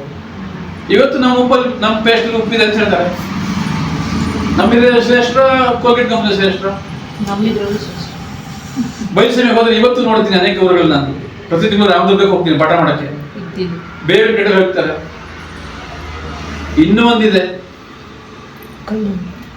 ನಾವು ಅಂಗಡಿ ಹೋಗಿ ಪಾನ ಹಾಕ್ತೀವಿ. ಪಾನ ಹಾಕಿ ಮುಂಚೆ ಅವ್ನು ಸುಣ್ಣ ಹಾಕಿದ್ರೆ ಕತ್ತ ಹಾಕಲ್ಲ, ಗೊತ್ತಾ ನಿಮಗೆ? ಕತ್ತ ಅಂದ್ರೆ ಕಾಕಿ ಕಲರ್ ನೀರು. ಕಾಕಿ ಕಲರ್ ನೀರು ಯಾವ್ದು ಕೇಳಿದ್ರೆ ಕದಿರ ವೃಕ್ಷ ಅಂತ ಬರುತ್ತೆ. ಆ ಕದಿರ ವೃಕ್ಷದ ಮಧ್ಯ ತಿರುಳಿನ ಭಾಗವನ್ನು ಪೌಡರ್ ಮಾಡಿ ಕಷಾಯ ಮಾಡಿ ಎಲ್ಲ ಅಂಗಡಿಗಳಿಗೆ ಕೊಟ್ಟಿರ್ತಾರೆ, ಪೇಸ್ಟ್ ಮಾಡಿ ಕೊಟ್ಟಿರ್ತಾರೆ, ಅವ್ರು ನೀರು ಹಾಕಿ ಕಳ್ಕೊಡ್ತಾರೆ. ಅದನ್ನು ಹಚ್ಚಿದಾಗ ಎಲೆ ಅಡಿಕೆಯಿಂದ ನಮ್ಗೆ ಹೊಸಡಿ ಏನಾಗುತ್ತೆ? ಹಾಳಾಗುತ್ತೆ. ಆಗ ಎಲೆ ಅಡಿಕೆ ಜೊತೆಗೆ ಆ ಕತ್ತವನ್ನು ಹಾಕಿದ್ರೆ ನಮ್ಮ ಹಲ್ಲಿನ ಹೊಸಡಿ ಹಾಳಾಗಲ್ಲ. ಹಾಗಾಗಿ ಕದಿರ ಕಡ್ಡಿಯಿಂದ ಹಲ್ಲಿದ್ದಾಗ ನಮ್ಮ ಹಲ್ಲು ಹೊಸಡು ಹೊಳಪ್ ಬರುತ್ತೆ, ಕ್ರಿಮಿಗಳು ಬರಲ್ಲ. ಅದಕ್ಕೋಸ್ಕರ ಕದಿರ ಕಡ್ಡಿ ಹಲ್ತಿಕ್ಕು ಅಂತ ಹೇಳಿ. ಅದಕ್ಕೆ ಇನ್ನೊಂದು ಹೆಸರಿದೆ ಸುಸ್ವರ ಅಂತ ಹೇಳಿ. ಕದಿರಾವಟಿ ಅಂತ ಒಂದು ಚೀಯಿಂಗ್ ಮಾತ್ರ ಬರುತ್ತೆ. ನೀವು ಸ್ವರ ಬಿದ್ದು ಹೋಗಿದೆ, ನಾಳೆ ಫಂಕ್ಷನ್ ಇದೆ, ರಾಗಣ್ಣ ಇಟ್ಬಿಟ್ಟಿದ್ದಾರೆ, ನಾಳೆ ಬರ್ಬೇಕು ಸರ್, ನೀವು ಏನಾರು ಮಾಡಿ ಬನ್ನಿ, ನೀವು ಹೇಗಾದ್ರೂ ಆರಾಮ್ ಮಾಡ್ಕೊಳ್ಳಿ ಅಂತ ಹೇಳ್ತಾರೆ ಅವರು. ಆಗ ಹಾಡ್ಬೇಕಲ್ಲ, ಹಾಡ್ಬೇಕು ಅಂದ್ರೆ ನೀವು ಕದಿರಾವಟಿ 3 ಹೊತ್ತು ತಗೊಳ್ಳಿ, ಅದು ಚೀಪ್ ಅದು, ಮಾರು ದಿವಸ ಆರಾಮಾಗಿ ಹಾಡು. ಅಂದರೆ ಸುಸ್ವರ ಅಂತ ಕರೀತಾರೆ ಆ ಮರಕ್ಕೆ. ಹಾಗಾಗಿ ಒಂದು ಆಹಾರ ಸೇವನೆಯಿಂದ ಆರೋಗ್ಯ ಚೆನ್ನಾಗಾಗ್ತಾ ಹೋಗುತ್ತೆ. ಒಂದು ಆಯುರ್ವೇದಿಕ್ ಹಸಿರು ಆಹಾರ ತೆಗೆದುಕೊಂಡಾಗ 100 ಗುಣವನ್ನು ಒಳಗೆ ಹೋಗಿಸಿ ನಮ್ಮ ಜೀವಕೋಶಕ್ಕೆ ಬಲ ಕೊಡುತ್ತೆ, ಸೆಲ್ಸ್ ಅನ್ನ ಇಂಪ್ರೂವ್ ಮಾಡ್ತಾ ಹೋಗುತ್ತೆ. ಅದನ್ನೇ ಗೋಬಿ ಮಂಚೂರಿ ಆಮೇಲೆ ನಾನ್ ಸ್ಟಿಕ್ ತವಲ್ ದೋಸೆ ತಿಂದರೆ ನಮ್ಮ ಜೀವಕೋಶಗಳನ್ನು ಸಾಯಿಸ್ತಾ ಹೋಗುತ್ತೆ. ಸಾಯಿಸಿ ಒಂದು ಕಡೆ ಗುಡ್ಡೆ ಆಗುತ್ತೆ, ಗುಡ್ಡೆ ಆದರೆ ಗಡ್ಡೆ ಆಗುತ್ತೆ, ಗಡ್ಡೆ ಆದರೆ ಕ್ಯಾನ್ಸರ್ ಆಗುತ್ತೆ, ಕ್ಯಾನ್ಸರ್ ಆದ ಮನುಷ್ಯ ಕ್ಯಾನ್ಸರ್ ಆಗ್ತಾನೆ. ಹಾಗಾಗಿ ಅರ್ಜೆಂಟ್ ದೋಸೆ ಮಾಡಬೇಕು ಅಂತ ನಾನ್ ಸ್ಟಿಕ್ ತವ ಬಳಸಬೇಡಿ. ಆಯ್ತು, ಹೋಯ್ದ ತಕ್ಷಣ ದೋಸೆ ಆಗುತ್ತೆ, ಒಪ್ಕೊಳ್ತೀನಿ. ಆದರೆ ಮಧ್ಯಭಾಗದ ಕಪ್ಪು ಬಣ್ಣ ಇರುತ್ತಲ್ಲ, ಅದು ವಿಷಯ. ಹೀಗಾಗಿ ನಿತ್ಯವೂ ಬೀಡಿನ ಬಂಡಿ ಮೇಲೆ ದೋಸೆ ಇರೀರಿ, ಬಾಳೆಯ ಎಲೆಯಿಂದ ದೋಸೆಯನ್ನು ಮಾಡಿ, ಬಾಳೆಯ ದಿಂಡಿಂದ ಚುಟ್ಟಿ ಮಾಡ್ಕೊಳ್ಳಿ, ಬಾಳೆ ಎಲೆಯಲ್ಲೇ ದೋಸೆ ತಿನ್ನಿ. 2 ಪ್ರಯೋಗ ಮಾಡಿ, ಮನೆಯಲ್ಲೇ ಬೇರೆ ಒಬ್ರಿಗೊಂದು ಮಾಡಿ, ಬಾಳೆ ಒಬ್ರಿಗೆ ಕೊಟ್ಟು ಸ್ಟಿಲ್ ಪ್ಲೇಟ್ ಹಾಕಿ, ಯಾರು ಚೆನ್ನಾಗಿರ್ತಾರೆ. ಹಾಗೆ ಬಾಳೆ ಎಲೆಯಲ್ಲಿ ಬಿಸಿ ಬಿಸಿ ಅನ್ನ ಹಾಕಿದ್ರೆ ಒಂದು ಪರಿಮಳ ಬರುತ್ತೆ, ನಾವು ಗಮನಿಸಿರ್ಬೋದು. ಅದು ಆ ಹಸಿರಂಶ ಇದೆಯಲ್ಲ, ಅದು ತಿಂದಾಗ ನಮ್ಗೆ ಅನೇಕ ಕಾಯಿಲೆ ವಾಸನೆ ಬರುತ್ತೆ. ಬಾಳೆಹಣ್ಣು ಸಿಪ್ಪೆ ಔಷಧಿ ಬರುತ್ತೆ, ಸುಟ್ಟು ಕರಿ ಮಾಡಿ ಹಣೆ ಹಚ್ಕೋತಾರೆ. ಆಮೇಲೆ ಬಾಳೆಹಣ್ಣು ತಿಂತೀವಿ, ಬಾಳೆಕಾಯಿ ತಿಂತೀವಿ. ಯಾಕೆ? ಸಂಗೀತಗಾರ ಹೇಳಿದ್ರೆ ಸ್ವರ ಬಿದ್ದು ಹೋದರೆ ಕರಿ ಬಾಳೆಕಾಯನ್ನು ಹಾಗೆ ತಿಂತಾರೆ, ಸ್ವರ ಸರಿ ಆಗುತ್ತೆ. ಬಾಳೆ ದಿಂಡು ಪಲ್ಯ ಮಾಡಿ ತಿಂತೀವಿ, ಬಾಳೆಗಡ್ಡೆ, ಬಾಳೆ ಬೇರು, ಬಾಳೆ ಮರಕ್ಕೆ ತೂತು ಹೊಡೆದು ಒಂದು ಬಟ್ಟೆ ಚುಚ್ಚಿಟ್ಟು ಬೆಳಗ್ಗೆ ಬಂದರೆ ಮಡಕೆ ತುಂಬ ನೀರು ಬರುತ್ತೆ. ಆ ನೀರನ್ನು ಅಡುಗೆ ಬಳಸಿ, ಬಾಡಿಯನ್ನು ಕೋಲ್ಡ್ ಇಡುತ್ತೆ. ನಿಮ್ಗೆ ಎಷ್ಟೇ ಟೆನ್ಷನ್ ಆಗಲಿ, ನೀವು ತಿಂದ ಆಹಾರ ತಂಪಿದ್ದಾಗ ಏನಾಗುತ್ತೆ, ಬಾಡಿ ಸರಿ ಆಗುತ್ತೆ. ಹಾಗಾಗಿ ಬಾಳೆ ಬಂಗಾರ ಅಂತ ಬ್ಯಾಟಲ್ಲಿದ್ರೂ ಕೂಡ ಒಂದು ಬಾಳೆ ಮರ ಬೆಳೆಯಿರಿ, ಬಾಳೆಯಲ್ಲಿ ಊಟ ಮಾಡೋ ಪ್ರಯತ್ನ ಮಾಡಿ. ಬಾಳೆಯನ್ನು ಎಲ್ಲ ಸಮಯದಲ್ಲೂ ಬಾಳೆಯನ್ನು ಬಳಸಿ, ಬಾಳೆ ಬಂಗಾರ ಆಗಿಬಿಡುತ್ತೆ. ಹಾಗಾಗಿ ಬಾಳೆಗಡ್ಡೆ, ಬಾಳೆ ಕುಂಡಿಗೆ, ಬಾಳೆ ಹೂವು, ಬಾಳೆ ಮೋತು, ಬಾಳೆ ಕಾಯಿ, ಬಾಳೆಹಣ್ಣು, ಬಾಳೆಹಣ್ಣು ಸಿಪ್ಪೆ, ಬಾಳೆಹಣ್ಣು ದಿಂಡು ಎಲ್ಲವನ್ನು ಮಂಗರಸ ಅಂತ ಒಬ್ಬ ಲೇಖಕ ಇದ್ದಾನೆ. ಒಂದು ಭೋಜನ ಕುತೂಹಲ ಅಂತ ಒಂದು ಗ್ರಂಥ ಬರ್ತಾನೆ, ಎಲ್ಲರೂ ಓದ್ತಾ ಇದ್ದರು. ಸಿಗುತ್ತೆ, ಇವತ್ತು ಕನ್ನಡದಲ್ಲಿ ಬರಿದೆ. ಡಾಕ್ಟರ್ ಸತ್ಯನಾರಾಯಣ ಭಟ್ ಅಂತ ಹೇಳಿ ಕನ್ನಡಕ್ಕೆ ಅನುವಾದ ಮಾಡಿದ್ದಾರೆ. ಭೋಜನ ಕುತೂಹಲ. ಎಷ್ಟು ನಮೂನೆ ಅಡುಗೆ ಮಾಡ್ತಾನೆ, ನನಗೆ ಓದ್ದಂಗೂ ಮತ್ತೆ ಓದ್ಬೇಕು ಅನ್ಸುತ್ತೆ, ಅಷ್ಟು ಥರ ಅಡುಗೆ ಮಾಡಿದ್ದಾನೆ ಭೋಜನ ಕುತೂಹಲದಲ್ಲಿ. ಯಾವ ಸೊಪ್ಪು ತಗೊಳ್ಳಿ ಅವ್ನು ಹಿಂಗೆ ಮಾಡ್ಬೇಕು ಅಂತ. ಇನ್ನೊಂದು ಶಿವತತ್ವರತ್ನಾಕರ ಅಂತ ಒಂದು ಪುಸ್ತಕ ಇದೆ, ಅದರಲ್ಲೂ ಕೂಡ ಹಾಗೆ ಕೆಳದಿ ಅರಸ, ಅವನು ಆ ಅರಸ ಬರೆದಿರುವಂಥ ಪುಸ್ತಕ ಅದು. ಎಷ್ಟು ತನ್ನ ಆಡಳಿತದಲ್ಲಿ ಜನಕ್ಕೆ ಪಾಠ ಮಾಡಿದ್ದಾನೆ. ನಿತ್ಯ ಜೀವನ, ನಮ್ಮ ಹೂದೋಟ ಹೇಗಿರಬೇಕು, ನಮ್ಮ ಉಪವನ ಹೇಗಿರಬೇಕು, ನಮ್ಮ ತರಕಾರಿ ತೋಟ ಹೇಗಿರಬೇಕು, ಎಲ್ಲವನ್ನು ಬರೆದುಕೊಂಡಿದ್ದಾರೆ. ಶಿವತತ್ವರತ್ನಾಕರ 5 ವಾಲ್ಯೂಮ್ ಇದೆ. ನೀವು ಓದಿದ್ರು ಸಾಕು, ನೀವು ಇನ್ನೇನು ಮಾಡೋದು ಅದನ್ನು ಪಾಲಿಸಿ ಸಾಕು. ಹೀಗೆ ಬೆಳಕು, ಜ್ಞಾನ, ಚೈತನ್ಯ ಎಲ್ಲ ನಿಮ್ಮ ಹಿರಿಯರು ಕೊಟ್ಟು ಹೋಗಿದ್ದಾರೆ. ಅದನ್ನು ತೆಗೆದುಕೊಳ್ಳುವಂಥದ್ದು, ಉಳಿಸುವಂಥದ್ದು, ಬೆಳೆಸೋದು ನಮ್ಮ ಕರ್ತವ್ಯ. ಹಾಗಾಗಿ ಈ ಒಂದು ಹಿತ ಬುಕ್, ಮಿತ ಬುಕ್, ಋತು ಬುಕ್ ಇದು ಬಹಳ ಮುಖ್ಯ. ನಮ್ಗೆ ಹಿತವಾಗಿ ತಿನ್ಬೇಕು. ಈಗ ಮೊನ್ನೆ ಒಂದು ಮದುವೆ ಆಯಿತು, ಈಗ ಸ್ವಲ್ಪ ದಿವಸ ಹಿಂದೆ. 11 ಥರ ಸ್ವೀಟು, ಆಮೇಲೆ ಪೂರಿ ಅಂತೆ, ಆಮೇಲೆ ಹಪ್ಪಳ ಅಂತೆ, ಆಮೇಲೆ ಸಂಡಿಗೆ ಅಂತೆ, ಪಾನಿಪುರಿ ಅಂತೆ. ಅವನೇನು ಮಾಡ್ತಾನೆ, ಸಿಕ್ಕಿದ ಚಾನ್ಸ್ ಅಂತ ತಿನ್ಬಿಡ್ತಾನೆ. ಅಲ್ಲ, ಹಿತವಾದ ನಮ್ಮ ಶರೀರಕ್ಕೆ ಯಾವ ಹಿತವಾಗಿ ಆಹಾರ? ನನ್ನ ಮಾವ ಮನೆಗೆ ಹೋದ್ರೆ ನಮ್ಮ ಅತ್ತೆ ಹೇಳ್ತಾರೆ, ಅಳಿಯ ಬಂದು ದಬ್ಬಳಿ ಮಾಡೋ ಸಾಕು ಅಂತ ಹೇಳ್ತಾರೆ. ಅಂದರೆ ನಮಗೆ ಹಿತವಾದದ್ದನ್ನೇ ತಿನ್ಬೇಕು. ಆಮೇಲೆ ಎರಡನೇದು ಮಿತವಾಗಿ, ಯಾವುದೇ ಆಗಲಿ. 1 ಪ್ಲೇಟ್ ಪನ್ನೀರು ತಿನ್ವಿ, ಇವತ್ತಾಕೆ ಮನಸ್ಸು ಕೇಳ್ತಾ ಇಲ್ಲ, ಇನ್ನೆರಡು ತಿನ್ಬಿಡ್ತೀವಿ. ಆಮೇಲೆ ಆ ಪಾನಿಪುರಿ ಹಾಕಿರೋ ಆಲೂಗಡ್ಡೆ, ಆ ನೀರು, ಆ ಮಸಾಲೆ, ಟೇಸ್ಟಿಂಗ್ ಪೌಡ್ರು ಎಲ್ಲ ಹೊಟ್ಟೆಗೆ ಹೋದಾಗ ಮಿತವಾಗಿ ತಿನ್ನಲಿಲ್ಲ. ಹೊಟ್ಟೆ ಮನೆಗೆ ಬರೋತ್ತಿಗೆ ಹೊಟ್ಟೆ ಶಬ್ದ ಶುರುವಾಗಿದೆ, ಅಥವಾ ಮೈಕೆ ನೋವು ಶುರುವಾಗುತ್ತೆ.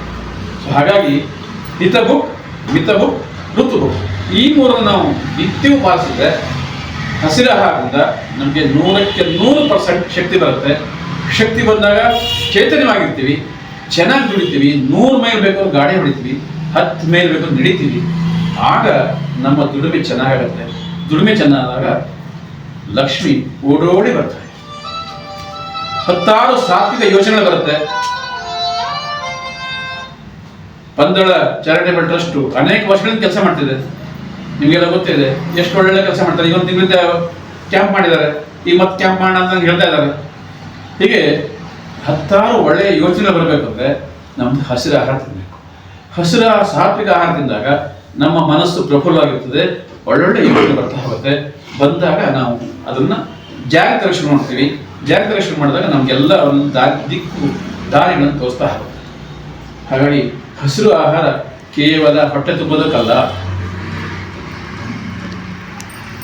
ನಾಗೇಂದ್ರ ಭಟ್ ಹಿತ್ಲಲ್ಲಿ ಹೇಳಿದಾಗೇನೆ ಆಯುಷ್ಯ, ಆರೋಗ್ಯ, ಆರ್ಥಿಕ ಮೂರನ್ನು ಕೊಡಬೇಕು. ಆಯುಷ್ಯ ಬೇಕು ಅಂತ ಹೇಳಿ ಆಯುಷ್ಯರು ಹೋಮ ಮಾಡಿದ್ರೆ ಬರೋದಿಲ್ಲ. ನಿತ್ಯವೂ ಅರ್ಧ ಇಂಚು ಅಮೃತ ಬಳ್ಳಿನ ಜಜ್ಜಿ ಕಷಾಯ ಮಾಡಿ ಮನೆ ಮಂದಿ ಎಲ್ಲ ಕೊಡಿದಾಗ ಆಯುಷ್ ಜಾಸ್ತಿ ಆಗುತ್ತೆ. ಸೊ ಹಾಗಾಗಿ ನಾವೊಂದು ಕ್ಯಾಲೆಂಡರ್ ಮಾಡಿದ್ದೀವಿ. ಸೊ ಈ ಕ್ಯಾಲೆಂಡರ್ ಮುದ್ರಣ ಮುಗಿದೋಗಿದೆ. ಒಂದು ಕ್ಯಾಲೆಂಡರ್ ಇಟ್ಕೊಂಡಿದ್ದೀವಿ ನಿಮ್ಗೆಲ್ಲ ತೋರ್ಸೋಕ್ಕೆ ಅಂತ. ಸೊ ಈ ಥರ ಒಂದು ಕ್ಯಾಲೆಂಡರ್ ಮಾಡಿದ್ದೀವಿ. ಈ ಕ್ಯಾಲೆಂಡರಲ್ಲಿ 20 ಸಸ್ಯಗಳು, ನೆಲನೆಲ್ಲಿ, ಬ್ರಾಹ್ಮಿ, ದೊಡ್ಡಪತ್ರೆ, ಬಿಲ್ಪತ್ರೆ, ಕಹಿಬೇವು, ಕರಿಬೇವು, ಅಮೃತಬಳ್ಳಿ, ಮಾವಿನ ಶುಂಠಿ, ಮುಟ್ಟಿದರೆ ಮನಿ, ನಾಚಿಕೆ ಮಣ್ಣು ಅಂತ ನಾಚಿಕೆ ಮಾಡ್ಕೋಬೇಡಿ, ತಮಿಳಿ ಮಾಡಿ. ಮೂಲವೇದ ಕಡಿಮೆ ಮಾಡುತ್ತೆ, ಗಂಡು ಮಕ್ಕಳಿಗೆ ಪ್ರೊಸ್ಟೇಟ್ ಗ್ಲ್ಯಾಂಡ್ ಎಲ್ಲ ಕಡಿಮೆ ಮಾಡುತ್ತೆ. ತುಳಸಿ, ತಗಟೆ ಸೊಪ್ಪು, ದಾಸವಾಳ, ರಂಗರಾಜ, ಅಗಸಿ, ಎಲಮರಿಗೆ, ನುಗ್ಗೆ, ಪುಂಡಿ ಸೊಪ್ಪು, ಅರಿಶಿನ, ಶುಂಠಿ, ಅಗಸಿ. ಎಷ್ಟು ಮುತ್ತು ರತ್ನಗಳು ಅಂದರೆ ನಮ್ಮ ಮನೆ ಅಂಗಳದಿಂದ ನಮ್ಗೆ ಸಮಯ ಆಗಿದೆ. 2 ಮಾತುಗಳಲ್ಲಿ ನಾನು ಮುಗಿಸ್ಕೊಳ್ತೀನಿ. ಯಾಕಂದರೆ 30 ವರ್ಷದ ಅನುಭವ ತಲೆಗಿದೆ. ನೀವು ಶುರು ಮಾಡಿದ್ರೆ ನೀವು ಬಂದ್ ಮಾಡಿ ಅಂತ ಹೇಳ್ಬೇಕು. ಬಂದ್ ಮಾಡಿದ್ರೆ ಬಂದಾಗಲ್ಲ. ಕೊರೋನಾದಲ್ಲಿ ನೋಡಿದ್ವಿ, ನೆಲೆಯಲ್ಲಿ ಖಾಲಿ ಮಾಡಿದ್ರು. ಚಿಕನ್ ಗುನ್ಯಾ ಬಂದಾಗ ಅಮೃತ ಬಳ್ಳಿ ಖಾಲಿಯಾಗಿ ತೊಡೆ ಬಳ್ಳಿ ಮಾರಾಟ ಮಾಡಿದ್ರು.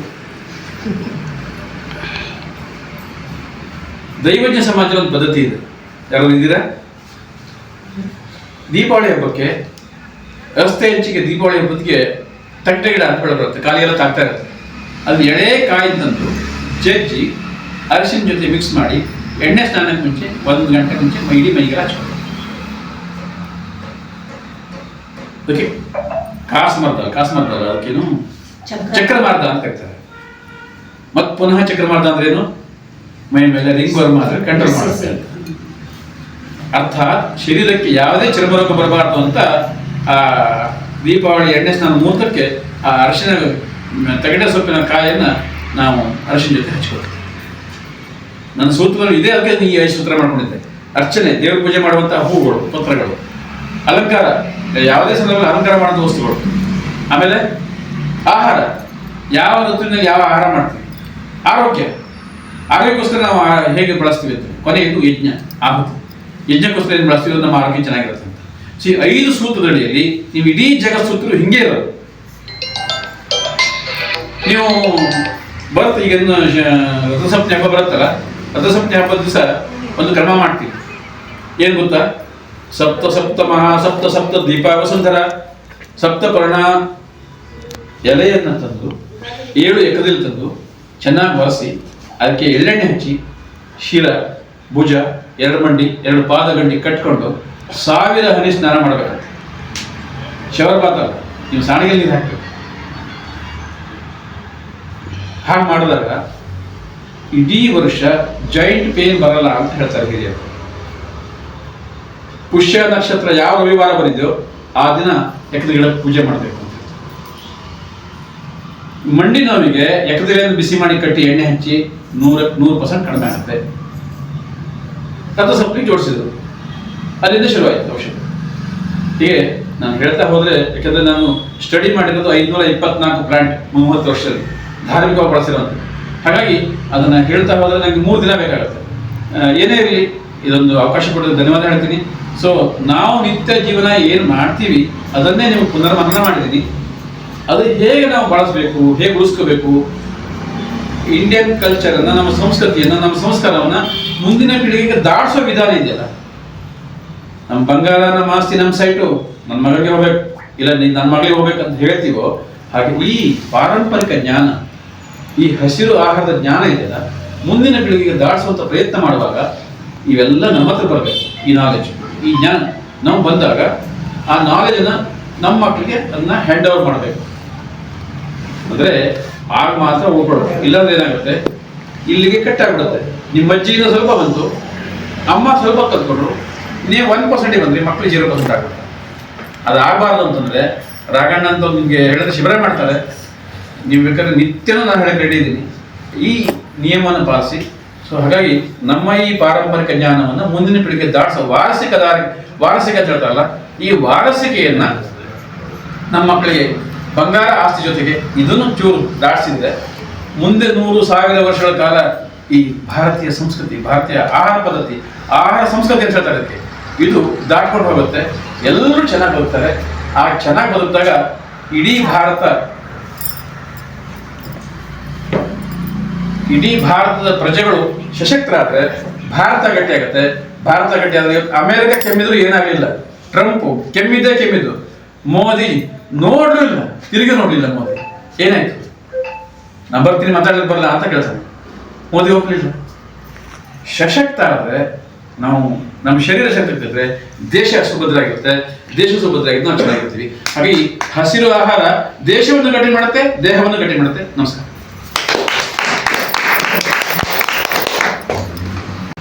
ಇಲ್ಲಿಯವರೆಗೆ ಹಸಿರು ಆಹಾರ, ಹಸಿರು ಆರೋಗ್ಯದ ಬಗ್ಗೆ ವಿಸ್ತೃತವಾಗಿ, ಅಂದ್ರೆ ಆಕ್ಚುಲಿ ಅವ್ರಿಗೆ ಗೊತ್ತಿರುವಂತ ಒಂದು 5% ಅವ್ರಿಗೆ ಹೇಳಲಿಕ್ಕೆ ಆಗಿಲ್ಲ. ಟೋಟಲ್ ಆಗಿ ಅವ್ರು ಹೇಳ್ಬೇಕಂದ್ರೆ ಅವ್ರಿಗೆ ಒಂದು 2-3 ಡೇಸ್ ಬೇಕು. ನೆಕ್ಸ್ಟ್ ಟೈಮ್ ಇನ್ನೊಮ್ಮೆ 1-2 ಅವರ್ಸ್ ಒಂದು ಕಾರ್ಯಾಗಾರ ಮಾಡುವ.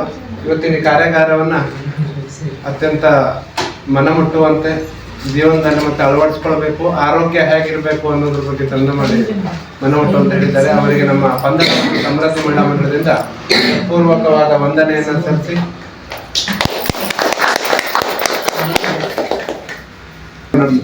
ಉಮ್ಮ ಪುಟ್ಟಬೆಟ್ಟ ಅವರಿಗೆ ಸಮೃದ್ಧಿವಂತ ಪಂದಾಳದಿಂದ ಒಂದು ಗೌರವ.